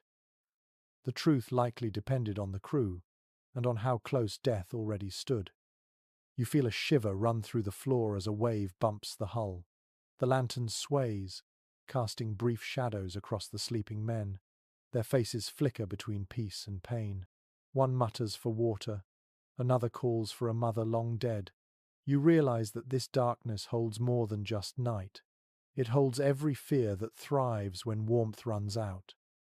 There is an entry in a 15th century sailor's journal that describes this same hush, calling it the silence before the sea takes her due. The writer said the crew stopped singing, stopped arguing, stopped even laughing. The only sound was breathing, slow and careful, as if noise itself could invite disaster. That silence is here now, pressing on your ears until it feels almost physical. The ship sways again, and somewhere above, a gull cries a lonely, distant sound. It fades quickly, leaving only the creak of the hull. You think about how fragile this floating world really is. A few inches of wood separate life from the freezing water. The men below cling to that wood as if their faith alone keeps it from splintering. You take a deep breath, but the air tastes stale. The cold finds its way into your lungs, sharp and clean, as if to remind you how thin the line between breathing and choking can be. You look once more at the sick men, their faces slick with fever. One has fallen silent completely. A companion checks him with 2 fingers against his neck, then covers his face with a rag. No one speaks. The work of living continues. Above, the ship rolls onward, indifferent to the loss. The cold does not pity, and the sea does not pause. Yet somehow, in the dim light and stifling air, you feel the heartbeat of humanity still pulsing. Each cough, each breath, each small act of care keeps the dark from swallowing everything. Morning returns with a pale sky, and a silence that feels uneasy. The ship drifts through the grey water, slow and heavy. You step carefully along the deck, where a thin crust of frost crunches beneath your boots. The cold bites at your fingers even through the gloves. Most of the pirates are awake already, moving stiffly, speaking in low voices. The sickness still lingers below deck, but life must continue above it. A soft sound catches your ear, a faint, delicate meow. You turn and see a small, wiry cat slinking along the railing. Its fur is mottled grey, its tail flicking lazily. The sight feels out of place among the worn boots and frozen ropes, yet it moves with the calm confidence of something that belongs here. One of the pirates kneels and offers it a scrap of dried fish. The cat sniffs, then accepts, purring faintly. It surprises many to learn that cats were prized aboard ships long before pirates made them famous. Maritime records from the Middle Ages mention cats as essential crew members, guardians against rats that could chew through food stores or ropes. They kept vermin away, and perhaps more importantly, lifted spirits in the darkest weather. You watch the small creature wind between the men's legs, brushing against their boots. A pirate with frost in his beard reaches down and lets it climb onto his shoulder. The others grin, the moment softening the hard lines on their faces. The cat curls there contentedly, its tail wrapped around his neck like a scarf, a small comfort in a vast, cold world. A curious story found in a 16th century sailor's letter claims that ship's cats were sometimes believed to control the wind. If a cat sneezed, a storm was coming. If it washed behind its ears, the breeze would rise. Sailors treated them with deep respect, and harming one was said to bring ruin to the voyage. You can imagine the superstition settling deep in the men's bones, half belief, half insurance against fear. The cat leaps down and prowls toward a coil of rope, sniffing at it before curling up in a small, perfect circle. Its quiet purr fills the stillness. You realize that even a sound so small can make the ship feel less empty. But cats were not the only comforts on board. Between the coils of rope and barrels of salted food, you find small signs of humanity tucked away. A piece of cloth with stitching shaped like a flower, a crude wooden carving of a woman's face, a seashell tied to a nail. These little things mean more than gold here. Each one is a reminder of land, of warmth, of something worth returning to. One pirate sits near the mast, sharpening a knife with slow, careful motions. Around his neck hangs a charm made from a piece of colored glass. It catches the faint sunlight and scatters it across his hands. He notices you looking and shrugs. "Keeps the cold away," he says with a half smile. The charm might not hold heat, but it holds faith, and that is enough. The wind shifts slightly, carrying the smell of salt and tar. The men move about their work with quiet precision. Some patch sails, others scrape frost from the planks. The cat follows them from task to task, as if overseeing the crew. Occasionally, one of them pauses to scratch its back, earning a grateful purr. The sound feels almost like laughter in a place where laughter has grown scarce. A note from an old chronicler describes how sailors believed animals sensed danger before humans did. Cats, dogs, even birds were watched closely for signs of trouble. When a cat flattened its ears or hissed at nothing, the crew took it as a warning. Looking at this small creature now, you can understand why. It moves with purpose, its eyes bright, as though reading messages in the wind no man can hear. One of the younger pirates kneels beside the cat, whispering something. You cannot hear the words, but his tone is gentle. He scratches behind its ears, then slips it a small piece of dried meat from his pocket. For a moment, he smiles like a boy, his shoulders relaxing. The cold, the sickness, the endless grey sea, all of it fades in that small exchange. Even modern historians admit that companionship played a crucial role in surviving long voyages. Without warmth or comfort, men lost their minds as easily as their fingers to frostbite. Shared jokes, small rituals, and animals like this cat became anchors for sanity. They reminded the crew that life was still worth protecting, even in misery. You look around and notice other traces of care.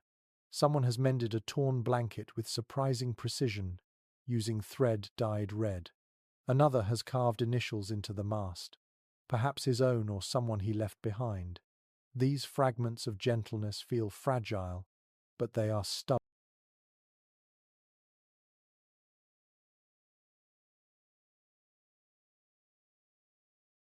too.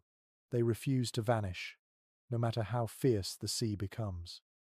The cat stretches and yawns, then climbs up to a beam where it can watch the men below. Its tail sways lazily as it settles into a patch of weak sunlight.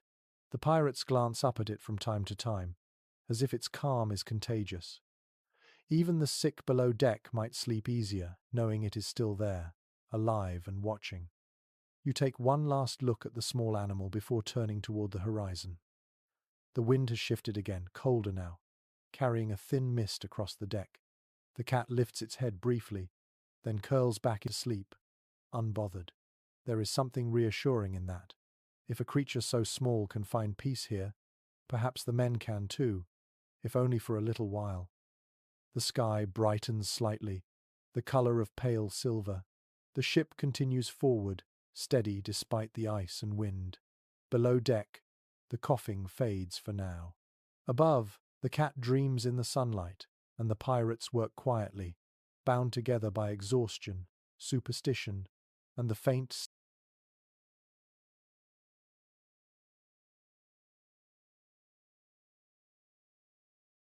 stubborn warmth of their small comforts. You push open the door to the captain's quarters, half expecting warmth and grandeur, but what greets you is another pocket of cold air, tinged with the smell of damp wood and lamp oil. The cabin is small, more a narrow box than a room, with a single lantern hanging from a beam that groans each time the ship moves. The light spills over a desk cluttered with maps, scraps of parchment, and a cracked compass. The captain sits hunched over the desk, his coat heavy, his shoulders curved like a man who carries more than the weight of frost. His hands, rough and scarred, rest beside an open book. You cannot see what he writes, but you hear the soft scratch of a quill on paper, steady and deliberate. The sound is almost comforting. Captains in the age of sail often had the illusion of privilege, but in truth, their cabins offered little more than privacy. Historical logs from 15th century voyages describe rooms like this, cramped, draughty, and filled with the groan of timbers. The captain slept alone, yes, but he was never free from the sea's reach. The cold slid in through every crack, and the noise never stopped. You take a step closer. The light catches his face. He looks older than he likely is, eyes sunk deep beneath dark circles. A faint line of frost glitters in his beard where his breath has frozen. He glances up, nods once, then returns to his writing. The expression is not unkind, just tired, bone-tired, in the way only those who have led men through storms can understand. On the table beside him sits a half-empty bottle and a single pewter cup. The smell of rum hangs faintly in the air. Next to it lies a pistol, polished but worn, and a folded handkerchief embroidered with initials now faded, almost invisible. You sense that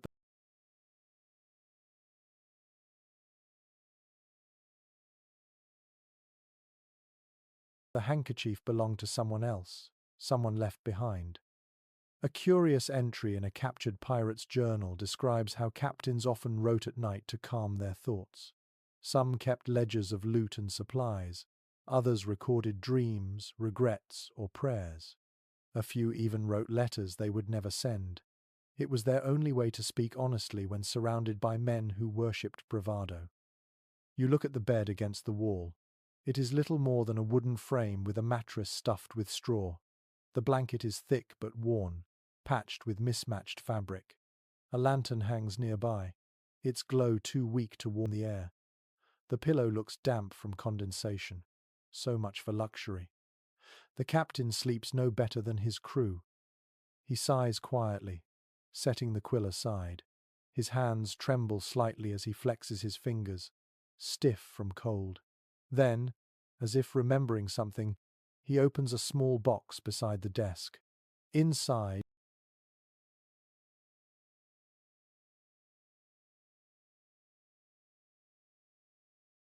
are coins, bits of metal, and a single locket.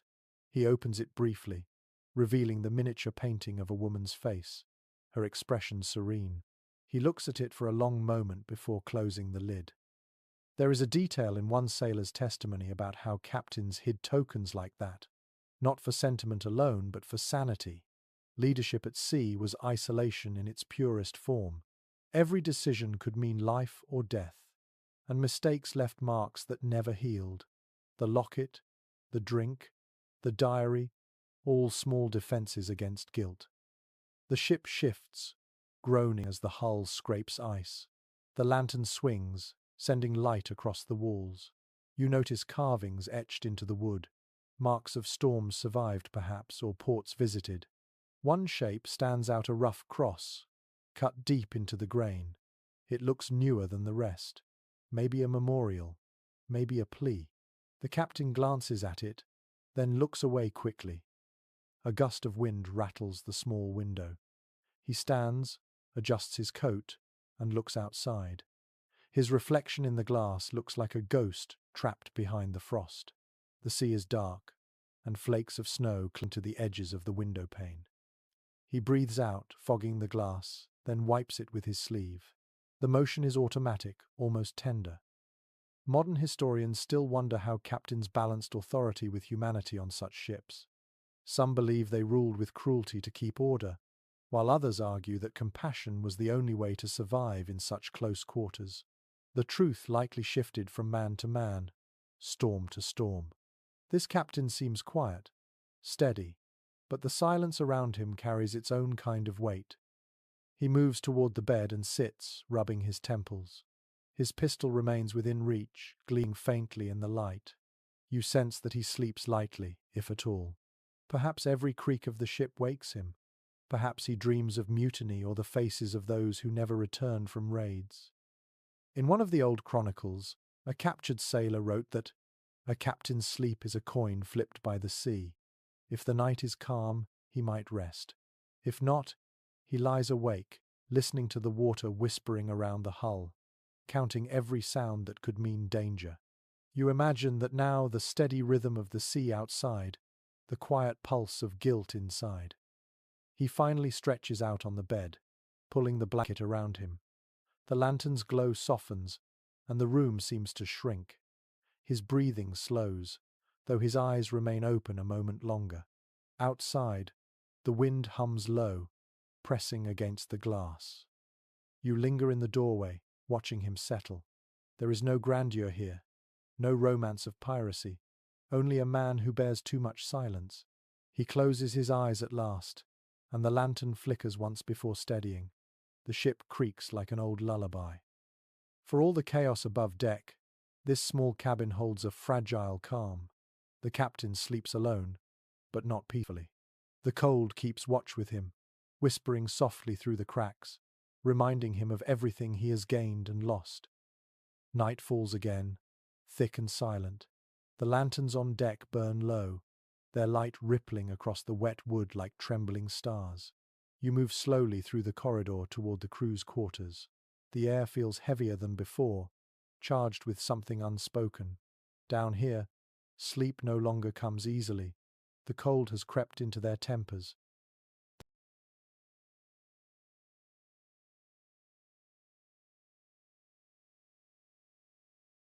The men lie in their hammocks, faces half hidden in the dim light. A few whisper to each other, voices sharp and hurried. Others stare upward at the beams, eyes wide open. The ship groans softly, a sound that might be mistaken for breathing. Somewhere, a bottle rolls and clinks. Someone curses under their breath. From countless old ship logs, we know that tension thrived on long voyages. Hunger, frost, exhaustion, and fear built slowly until they burst. Pirates were no exception. They lacked the discipline of navies, but they understood anger all too well. When warmth and food ran thin, words became weapons. You move closer to one cluster of hammocks where three men are speaking in low tones. Their voices are thick with drink and resentment. He keeps the best rations for himself, one says. The captain eats soft bread while we chew salt. Another mutters something about the sick being thrown overboard too soon. Their words coil through the air like smoke, quiet but poisonous. A small detail found in an intercepted pirate letter mentions that captains often slept with weapons close at hand, not because of battles at sea but because of mutiny in the dark. Men driven by cold and hunger could forget loyalty in a heartbeat. You look at these faces and wonder which ones are still loyal and which ones are already plotting. A sudden thud echoes from the far corner as a man drops from his hammock. He sways slightly before standing. His eyes glint in the half-light. "Keep your mouth shut," he growls. No one answers. The tension thickens. You feel it settle on your skin like frost. Modern scholars who study maritime life still argue about what truly fueled mutinies. Some say greed for loot, others insist it was despair. But here, in the biting cold of endless nights, despair feels like the more dangerous enemy. Greed needs planning. Misery needs only silence. The standing pirate finally moves away, his footsteps heavy on the boards. The others watch him leave, saying nothing. Then one whispers, "He'll snap soon." They share a short laugh, the kind that carries no humor. You realize they all fear each other now. Sleep has turned from refuge to risk. The lantern flickers, making shadows lurch across the walls. The ship sways gently, but the mood inside stays sharp and brittle. Even the cat, curled in a corner, keeps its eyes open. Its ears twitch with every sound. The men try to settle again, pulling blankets tighter, turning their backs to one another. A curious fact from a 15th century trial record describes a mutiny that began over a blanket. One man took another's during a freezing night. By morning, blood stained the deck. The court called it madness born of cold. Reading that, you understand how easily these nights could end the same way. You glance at one pirate near the door. He holds a knife, not drawn but ready. His hand rests lightly on the hilt even as his eyes close.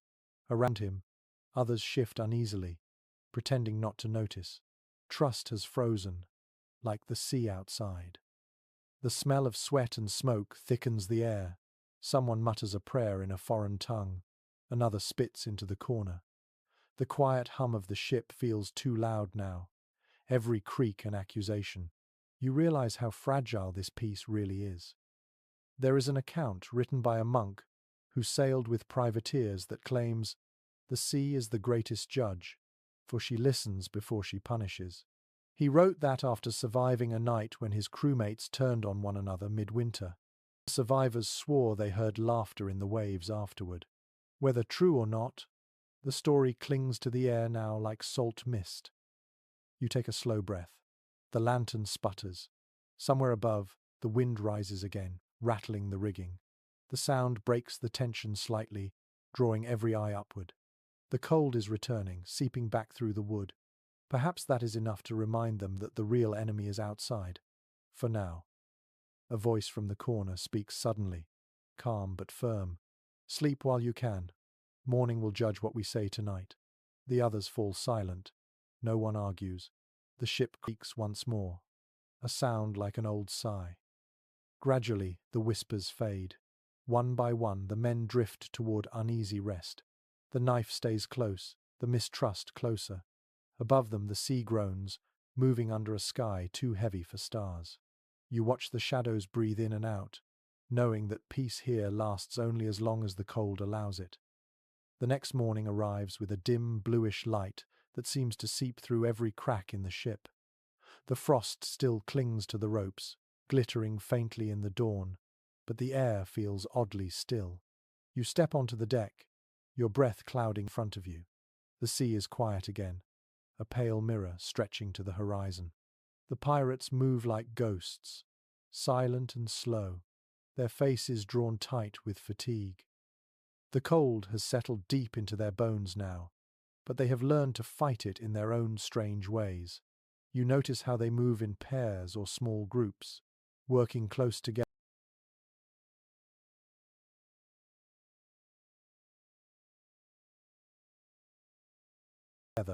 sharing what little warmth they can.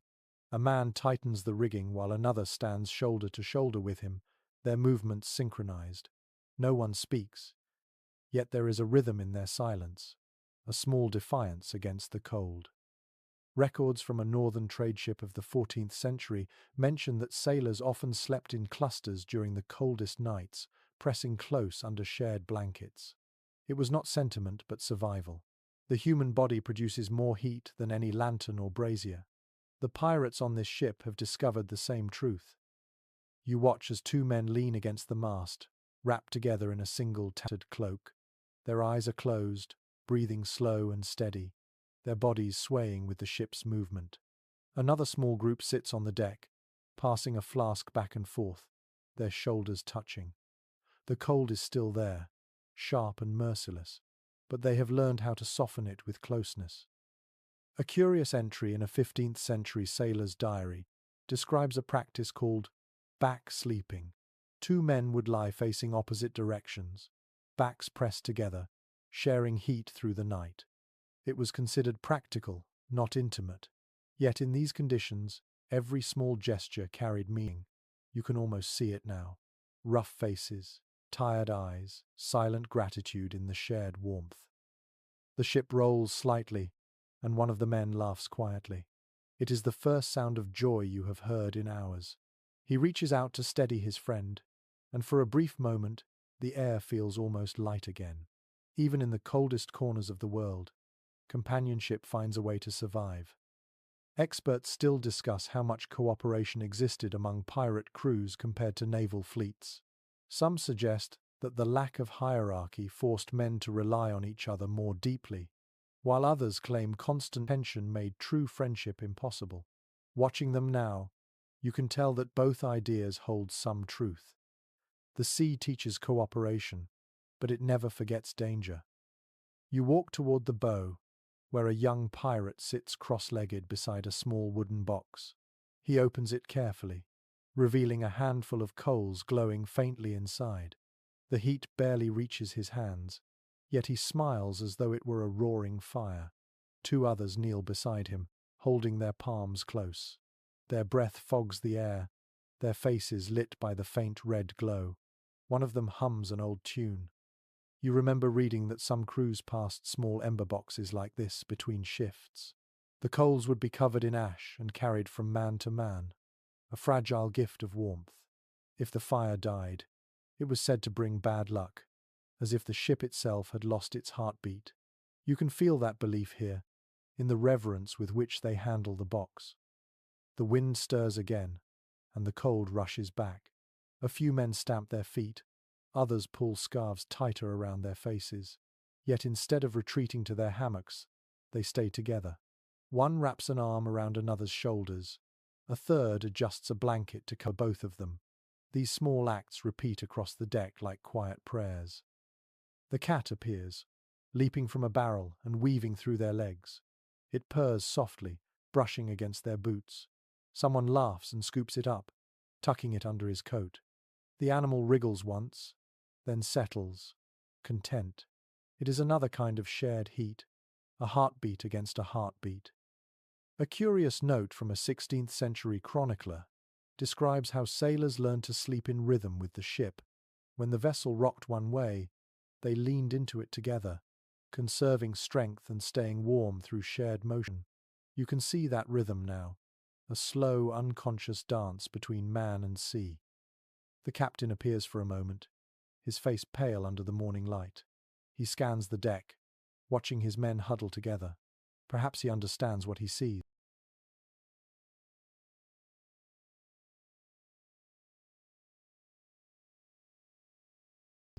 Perhaps he remembers when he too slept shoulder to shoulder with the crew before command set him apart.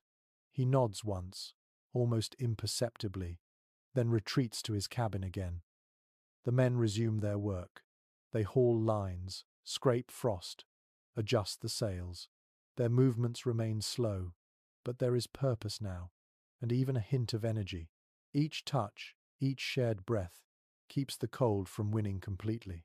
It is not the fire that keeps them alive, but the network of quiet, stubborn warmth passing from one body to another. You stand at the edge of the deck, watching your breath swirl away in the thin air. The horizon has softened, the sky glowing faintly pink, as if the sun is trying to remember its strength. The pirates keep working, still close, still silent, still human. As the wind rises again, the ship seems to groan in approval, its old bones creaking beneath their feet. Together, they push through another morning. No warmth lasts forever here, but for now, it is enough. The shared heat, the small laughter, the steady rhythm of hands working in unison, all of it reminds you that survival, even in the cruelest cold, is rarely a solitary thing. The night deepens, and with it, the sea becomes a vast mirror of ink. The ship drifts quietly through the dark, its sails heavy with frost. You can hear the slow groan of wood and the hiss of water along the hull.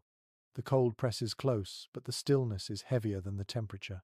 It is the kind of silence that invites imagination. The men whisper softly, their words barely reaching beyond their hammocks. Every sound feels amplified here, the rattle of a chain, the sigh of the wind, a cough that echoes too long. Someone mutters about the sky, about how the stars look too bright tonight, how they shine like eyes watching from above. The others shush him quickly. No one likes that kind of talk when the sea listens so closely. Old maritime folklore describes how sailors filled the darkness with stories. It kept the fear from growing too large. Superstition was their armor, and the night was always full of omens. You can almost hear the stories now, whispered in voices rough from rum and cold. Ghost ships that sail without crew, mermaids that hum to lure men overboard. A shadow that walks the deck before death visits the next dawn. A curious note in a medieval sea journal tells of pirates who refused to whistle after sunset, believing it would summon storms. Another record mentions that no one dared to point at the moon while at sea, for fear of drawing bad luck. You watch as one man looks up, but quickly lowers his gaze, pretending he was never staring. The fear is not loud here, but it is deep, woven into habit. The cat lifts its head from the captain's chair, eyes glowing faintly in the dim light. A few of the men nod to it, as though acknowledging a silent guardian. For all their roughness, they cling to signs of protection wherever they can find them, a bit of faith against a world that offers none. The ship creaks again, and someone whispers a prayer, not to God, but to the sea itself. "Be kind tonight," he says quietly. No one mocks him. Every man here understands the sentiment. Historians often write about the violence of pirates, but they rarely mention their fear of the supernatural. For men who lived without certainty, the boundary between life and myth was thin. Some believed the sea had moods, that it could love or hate them depending on how they behaved. You can almost feel that belief pulsing through the planks beneath your feet. A faint light flickers outside the port window, distant but moving. The men notice it too. One sits up, squinting. "Ship," he says under his breath. Another shakes his head. "Too small."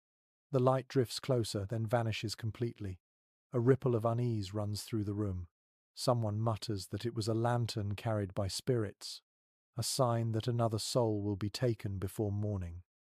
In an old chronicle of Baltic sailors, there is mention of the dead lantern, a flicker of light said to appear before a death at sea. Some swore it was the reflection of street, Elmo's fire, a natural glow born of electricity. Others said it was something older, a messenger from the deep. Scientists today speak of plasma, of physics and ionized air. But standing here, surrounded by anxious faces, the explanation feels less comforting than the legend. One man rises from his hammock and spits on the floor, a ritual meant to break bad luck. Another scratches across into the wood with a knife tip. The sound of the blade is sharp and final. They settle again, though none truly relax. Their breaths rise in small clouds, steady but too fast. You look up at the ceiling, where the lantern's flame trembles with every movement of the ship. Shadows ripple across the beams like waves. The pirates watch them too, as if half expecting one to move differently, to separate and take shape. A detail from an early navigator's logbook describes how men sometimes heard voices during the stillest nights, whispers woven into the sound of the wind. Some believed they were lost sailors calling for help. Others said it was the sea repeating every word ever spoken aboard her. You pause now, listening. The wind slides through the cracks, and for a moment you think you hear something softer beneath it, like the murmur of words in another language. The youngest pirate sits up, clutching a piece of cloth around his shoulders. "Do you hear it?" he whispers. No one answers.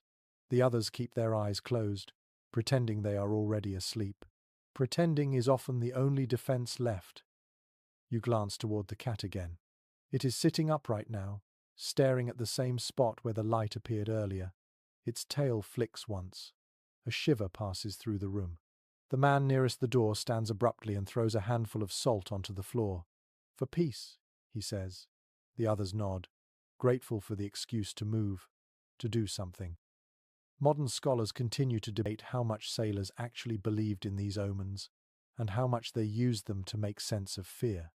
It is easy to dismiss such tales from the comfort of land, but here, where darkness feels alive, reason bends quickly. The lantern dims, its flame shrinking low. The men lie still again.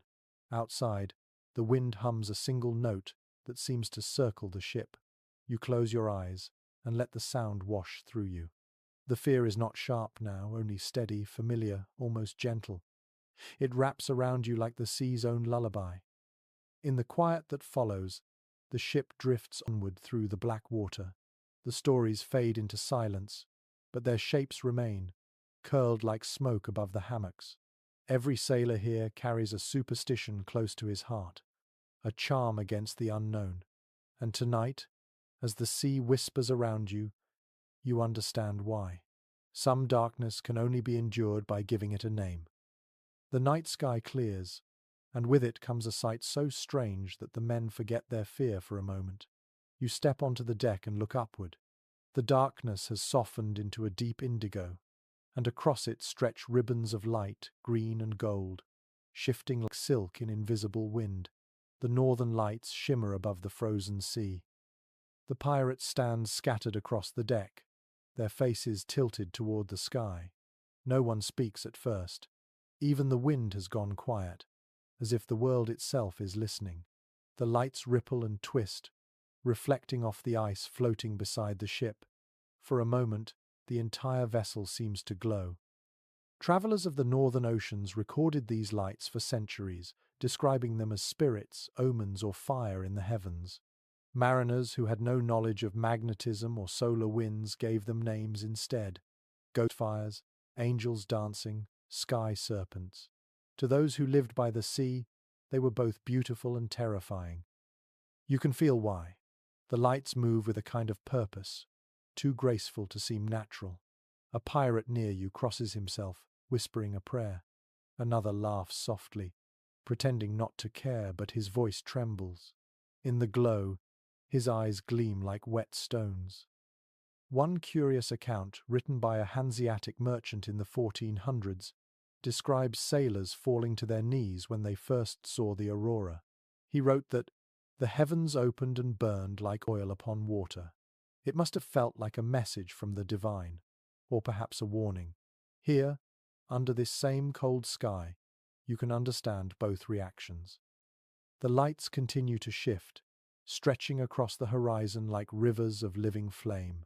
The ice on the rigging glows faintly, and the sails, stiff with frost, shine in pale colors. The ship itself seems otherworldly, suspended between two worlds, one of earth and water, the other of sky and wonder. The pirates whisper now, voices hushed as if afraid to disturb the vision. "Maybe it's the souls of the dead," one says. Another replies, "or the treasure of heaven spilling out." A third simply watches, his breath shallow, eyes wide. Historians who study maritime folklore have written much about how sailors sought meaning in what they could not explain. For men who lived at the mercy of the elements, the sky was both guide and god. When it glowed with fire, it felt like revelation. Some wrote of hearing faint music under the lights, a sound like bells or distant singing. You tilt your head, listening. The wind hums softly, and for a fleeting moment you think you hear something higher, lighter, almost melodic. The cat appears beside you, its fur lit green by the glow. It stares upward, tail twitching, as if the lights were prey. The sight makes the men laugh quietly. For a moment, the tension that has shadowed the ship seems to lift. The cold still bites, but no one feels it now. A sailor at the wheel whispers that this sight means good fortune, that no storm will come while the sky burns so bright. Another mutters the opposite, that the lights mark a boundary, the edge of the world, where the living should not sail.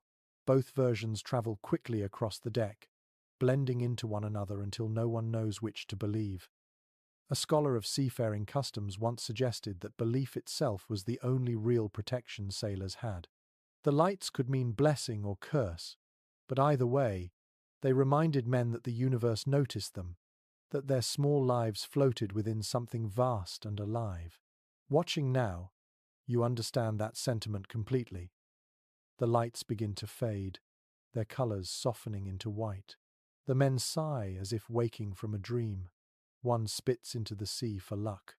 Another raises his flask, murmuring something about a drink for the angels. The air feels lighter, though colder, and their movements become slower again, as though reluctant to leave the magic behind. The captain steps from his cabin, his coat heavy with frost. He looks at the sky for a long moment, then turns to his men. "Enjoy it," he says quietly. "It will not last." His voice holds neither awe nor fear, only weary acceptance. He has seen too many wonders turn into warnings. Gradually, the glow fades from the sails. The sky darkens to its usual black, and the cold returns with full strength. The sea begins to move again, small waves bumping against the hull. The pirates shuffle back to their duties, still silent, still changed. You linger on deck, unable to look away from the horizon where the last traces of light flicker and vanish. The air feels sharper now, cleaner somehow, as if the world has been washed. The stars return, faint but steady. The ship creaks softly beneath your feet, a sound that feels familiar again after so much wonder. Below, the men will tell stories about this night for years. Some will say the lights were spirits guiding them through the ice. Others will claim they saw shapes in the glow faces, wings, cities of fire. Each version will carry a piece of truth, because what they felt was real, even if the cause remains mystery. You close your eyes and breathe in the frozen air. The memory of that color lingers behind your eyelids, bright and alive. The sea sighs softly against the hull. Above, the last spark of green fades into the stars, and the world returns to darkness. But for a little while, the pirates of this frozen ship have seen heaven touch the earth, and the sea for once feels almost kind. The sky is dark again, and the wonder of the lights has faded into the memory of cold work. The pirates have grown quieter. Their laughter, small as it was, has thinned away into mutters and sighs. You stand near the main mast, listening to the slow rhythm of the ship. Every groan of wood, every drip of water from the rigging seems to count time, steady and endless. Sleep has become more precious than gold now. Men take it in fragments, wherever they can find it. You watch one sailor slumped against a barrel, eyes half closed, his breath shallow. Another sits beside him, head nodding, hands still gripping a rope as if afraid to let go even in dreams. Their faces are pale with fatigue, the kind that seeps into the bones and makes thought itself heavy.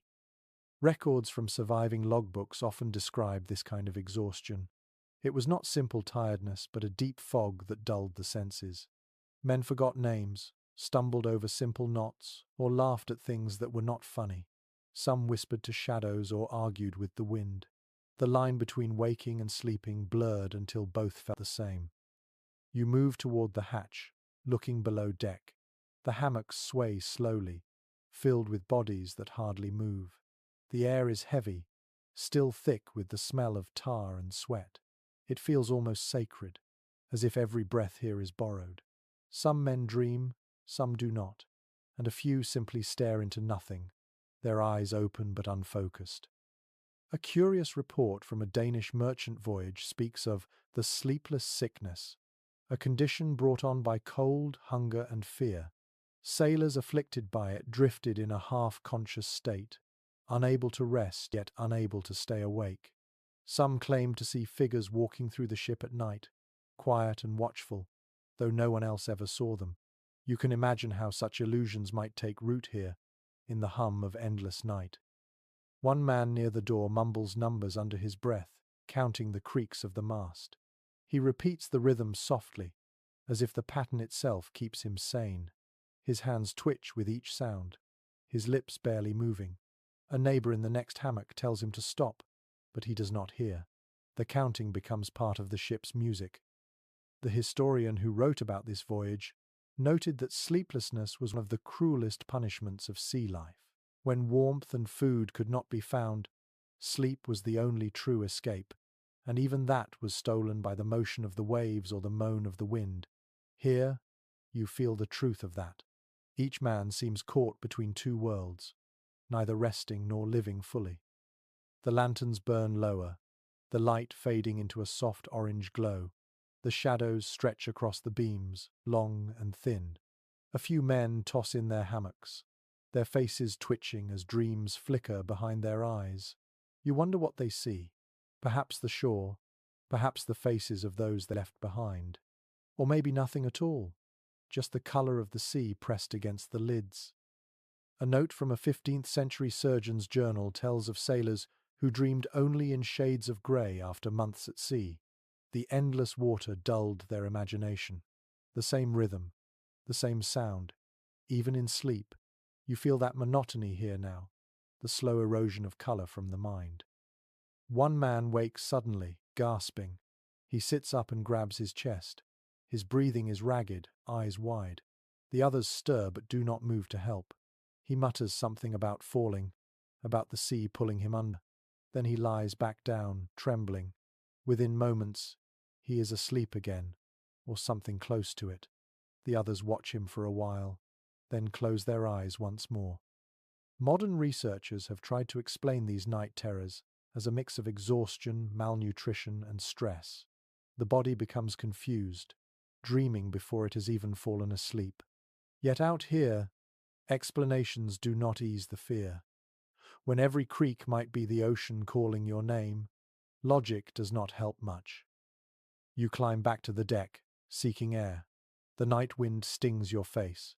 Frost glitters faintly along the railing. A few pirates stand guard, their eyes half shut but still alert. They sway with the motion of the ship, their balance perfect even in near sleep. You can tell they are fighting to stay awake. Their heads droop, then lift again. One hums softly to keep himself conscious. It is said that during the longest voyages, men could fall asleep standing up, bodies trained by necessity. Some captains punished them for it. Others looked the other way, knowing that exhaustion could not be commanded. You look at these men now and wonder how they will make it through another week of this frozen limbo. The sea sighs beneath the hull, a steady rhythm that could be comforting or maddening depending on the hour. The moon is low, casting a pale light over the deck. It feels less like night and more like a dream that has gone on too long. You close your eyes and hear the creaking again, the breathing, the faint hum of the watchman's tune. It is easy to see how the mind starts to unravel here. The ocean has no silence, only repetition. Even rest becomes work. Yet in that strange space between waking and sleep, something keeps the men alive. Maybe it is habit, maybe hope, or maybe the ship itself, carrying them forward through a darkness that never truly ends. The wind returns before sunrise, howling across the deck like an angry voice. You wake to the sound of canvas snapping overhead, the ship tilting sharply as waves slam against the hull. The calm that held for days is gone. The sea is alive again, dark and violent. You grab the nearest rope to steady yourself, your breath turning white in the air. The pirates are already awake, Shouts echo through the storm as men rush to their stations. The cold rain stings like shards of glass against your skin. Salt water sprays over the bow, freezing almost instantly when it hits the wood. The air smells of iron and fear. Historical accounts describe winter storms as the true test of seamanship. In fair weather, a ship obeys her crew. In a gale, she remembers her own will. You can see it now. The deck pitched steeply to one side, barrels breaking free, ropes snapping like whips. The men fight to regain control, their boots slipping on the slick planks. One pirate clings to the rigging, shouting orders, his voice nearly swallowed by the wind. Another tries to haul a frozen line, his fingers raw and bleeding. The sails strain so hard that you expect them to tear. Each gust feels like a living thing pushing back against every effort. A curious note from a 16th century logbook mentions sailors describing storms as the sea's tantrums. They swore that the water itself could sense fear. The more the crew panicked, the harder the wind blew. The pirates here seem to believe it too. They grit their teeth, muttering curses and prayers together, trying to sound braver than they feel. Lightning flashes far away, lighting the clouds in pale silver. For a brief second, you see the horizon vanish. The sea and sky merge into one raging wall. The next moment, everything is dark again. The thunder follows, distant but growing closer. The captain appears from his cabin, coat whipping in the wind, pistol still tucked into his belt. His eyes scan the chaos. "Hold fast!" he roars. The men obey. Even fear cannot drown discipline when survival depends on it. He grips the wheel himself, his hands white on the wood. The ship shudders under his command, fighting every wave. You feel the cold sinking deeper now. The rain turns to sleet, each drop a needle on your face. The ropes are stiff, the sails heavy. One man slips and crashes into the mast, groaning as others pull him to his feet. No one stops working. Pain has no time here. A fascinating entry from an old chronicler tells how sailors during northern winters sometimes used whale oil to coat their hands before storms, hoping it would keep the frost from cracking their skin. The smell was vile, but it worked. You can almost imagine it now, the greasy texture mixed with salt and blood, helping them cling to life a few minutes longer. The sea rises again, lifting the ship high before slamming it down. The sound of the impact rattles through your bones. The lanterns flicker violently, throwing light across terrified faces. You hear someone laughing, sharp and wild. It is the kind of laughter that comes from men who have accepted that control is an illusion. One of the pirates shouts over the wind, "She's testing us!" Another spits into the storm, answering, "Then let her test." The others cheer weakly, their voices blending with the thunder. Defiance becomes warmth when there is nothing else to hold. Experts today still argue about how such ships survived winter storms without modern tools. Some credit experience, others luck. Perhaps it was both. The wood bends, but does not break. The ropes hold, though they creak like bones. The crew moves as one body, each motion a prayer that the next wave will not be the last. You crawl toward the rail and peer into the black water below. The waves glow faintly where lightning reflects off their edges. The sight is beautiful and horrifying at once. The ocean looks endless, alive, and hungry. You feel a strange calm settle over you, a surrender that comes from realizing how small you truly are. The storm rages on. The captain grips the wheel, his voice hoarse from shouting. The men haul lines, bail water, patch tiers. Hours blur together. The world has shrunk to the ship and the wind and the endless rhythm of survival. Each second feels stretched, heavy with meaning. Then, without warning, the thunder stops. The wind weakens. The sea exhales, still restless but no longer furious. The ship drifts slowly, battered but upright. The men slump where they stand, too tired to cheer. One sits against the mast, head bowed, his hands shaking. Another wipes his face and mutters a thank you to whatever power he still believes in. A single ray of pale light breaks through the clouds. It touches the deck, the ropes, the bruised faces of the crew. The pirates look up, their expressions blank, too weary for relief. The storm has passed, but it has taken something with it. You can feel the emptiness it leaves behind, like the silence after shouting. You breathe deeply, the air sharp in your lungs. The cold feels different now, less cruel, more real. Around you, the men begin to move again, checking damage, tying knots, scraping ice from the rails. They do not speak of fear or luck. They simply return to their rhythm. The sea has tested them, and for tonight, they are still here. Morning arrives without color. The world is a blur of grey, and the air feels as still as glass. The storm has ended, but what it left behind is worse in its own quiet way. The cold has deepened, sharp enough to sting the lungs with every breath. You step onto the deck, your boots crunching on a crust of frozen salt. The sea around the ship has slowed, thickened, and now floats with patches of ice drifting close together like cracked mirrors. The sails hang limp and heavy, glazed with frost. Each rope glitters faintly, stiff and unmoving. The pirates move carefully, their steps cautious. No one speaks much. The ship seems suspended between motion and stillness, alive but trapped in a world turned white. A record from a 15th century expedition describes mornings like this as waking inside a frozen breath. The sea stopped feeling like water. The sound of waves softened until it became a muffled hum, as if the ocean had gone to sleep. You feel that now. The air is thick with silence. Even the wind seems afraid to stir. One of the men leans over the rail and stares into the icy water. Sheets of thin ice bump against the hull with a hollow, ringing sound. He reaches out with a pole and pushes them away, but more drift in from the horizon. Another man joins him, muttering about how the sea looks like a graveyard. No one laughs. The frost has claimed everything. The deck glows faintly under the weak light, each board glistening like marble.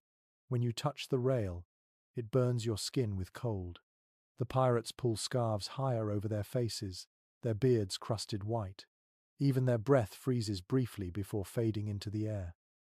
A small but telling detail from one explorer's account notes that when the cold reached this point, ships began to grow quiet, not only because of weather, but because sound itself dulled. The cold thickened the air, swallowing noise. The usual creaks and groans of the vessel softened into whispers. You listen carefully now. The ship still moves, but its voice has changed, gentler, subdued. Below deck, the air is warmer but foul. The pirates huddle in layers of wool and canvas, some sleeping, some just staring into space. The lanterns barely hold their flame, their light dim and steady. The heat from the coals does little against the creeping frost along the walls. When one man exhales, you can see his breath drift upward like a ghost. Historians often write of this part of a voyage as the hardest, the stillness after the storm. The adrenaline fades, leaving only exhaustion and cold. There are no fires to tend, no winds to fight, only waiting. And waiting, at sea, is the cruelest labor of all. You climb back to the deck, where a few men chip at the ice gathering along the rail. Their movements are slow and rhythmic. One taps with a hammer, another scrapes with a blade. The sound carries faintly, echoing through the still air. It feels like working inside a frozen cathedral. A curious tradition from Scandinavian sailors claimed that whistling could wake the wind. Crews stuck in frozen calm would whistle softly together, believing that the sound called the sea back to life. One of the pirates begins to do it now, a thin, shaky tune. Another joins in, then another, until a faint chorus drifts across the deck. The sound feels fragile but defiant. The sky brightens slightly, and the faintest hint of sun appears, a pale circle without warmth. The light reflects off the ice, flooding the ship in a soft white glow. It is beautiful, almost holy, and yet there is danger in it. The pirates shield their eyes as the brightness bounces from the frozen sea. For a moment, the world feels too bright to be real. A sailor drops his hammer suddenly, The noise echoes like a gunshot. Everyone turns to look. The man stares at his hands, red and stiff. Frostbite has taken hold, spreading pale patches across his fingers. Another man helps him wrap them in cloth, rubbing gently. No one speaks. Pain has become a private matter here. Experts still debate how crews in medieval winters managed injuries like these without proper medicine. Some records describe heated stones pressed against the skin. Others mention wrapping hands in animal fat to keep blood flowing. The pirates here likely know a few of these tricks. Survival leaves little room for hesitation. The ship creaks again as a sheet of ice slides against its side. The sound is deep and slow, like the groan of something ancient. You look out over the horizon, where the sea has turned white. The ice spreads endlessly, glinting in the light. It feels as if the world itself has stopped breathing. One of the pirates murmurs that they have entered a place where time does not move.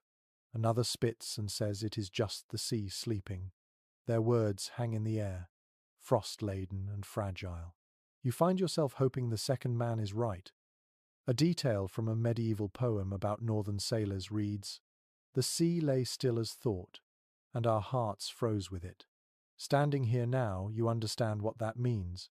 The stillness is more frightening than the storm. There is no motion, no sound, only the vast white emptiness that swallows all sense of direction. You close your eyes for a moment, listening. The ice crackles faintly, the ship sighs, and the men's breathing blends into the sound.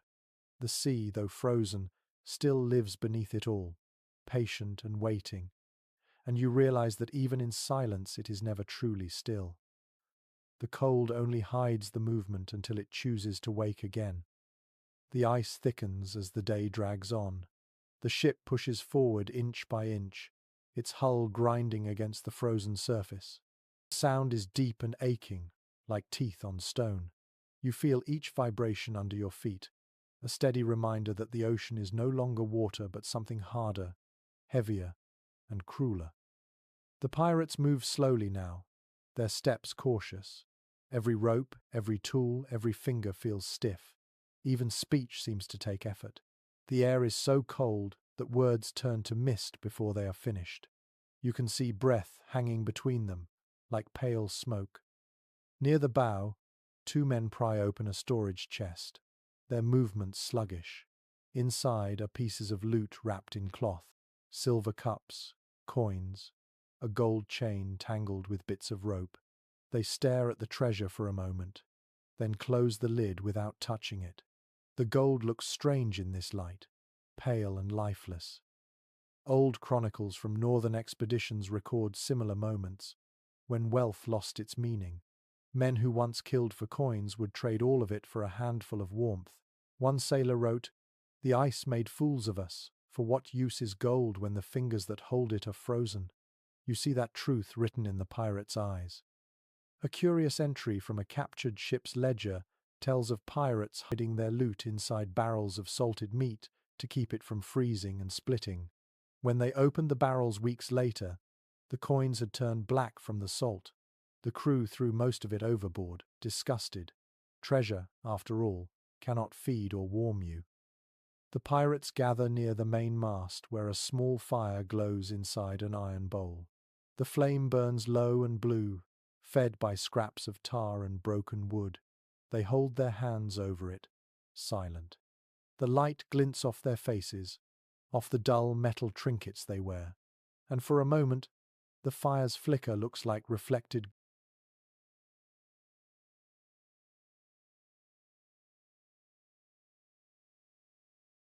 gold. One of them laughs softly, though it is not a cheerful sound.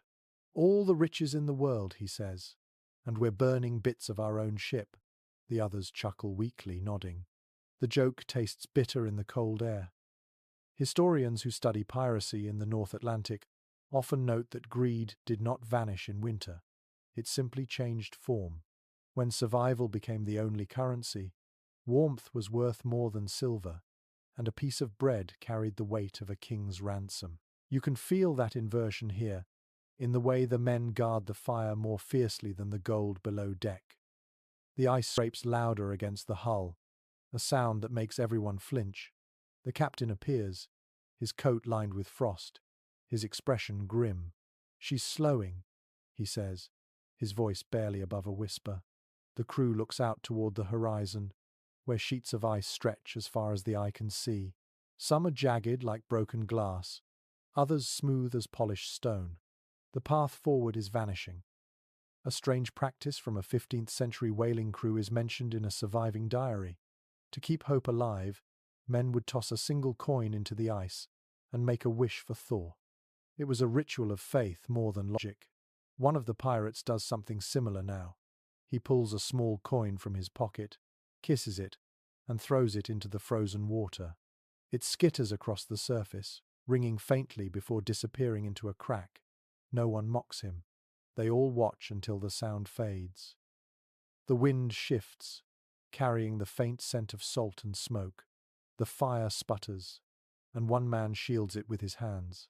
Another wraps his cloak tighter and mutters, "The sea takes what it gave." His words feel heavy, a truth no one wants to face aloud. Experts continue to argue whether pirates sailing northern routes ever lost entire ships to the ice, as Arctic explorers later did. Evidence is scarce, but the legends say yes. They speak of vessels found years later, trapped in solid ice, their decks coated in frost, their crews still aboard, preserved like statues. Looking around this ship, you can almost believe it could happen tonight. The cat pads across the deck, pausing near the fire. It curls beside the iron bowl, tail twitching slowly. The men watch it, some smiling faintly. Its fur catches the light, gleaming like warm ash. In this frozen world, even that small movement feels alive, a sign that something still resists the cold. The sun begins to sink again, a pale disk swallowed by clouds. The light fades quickly, leaving behind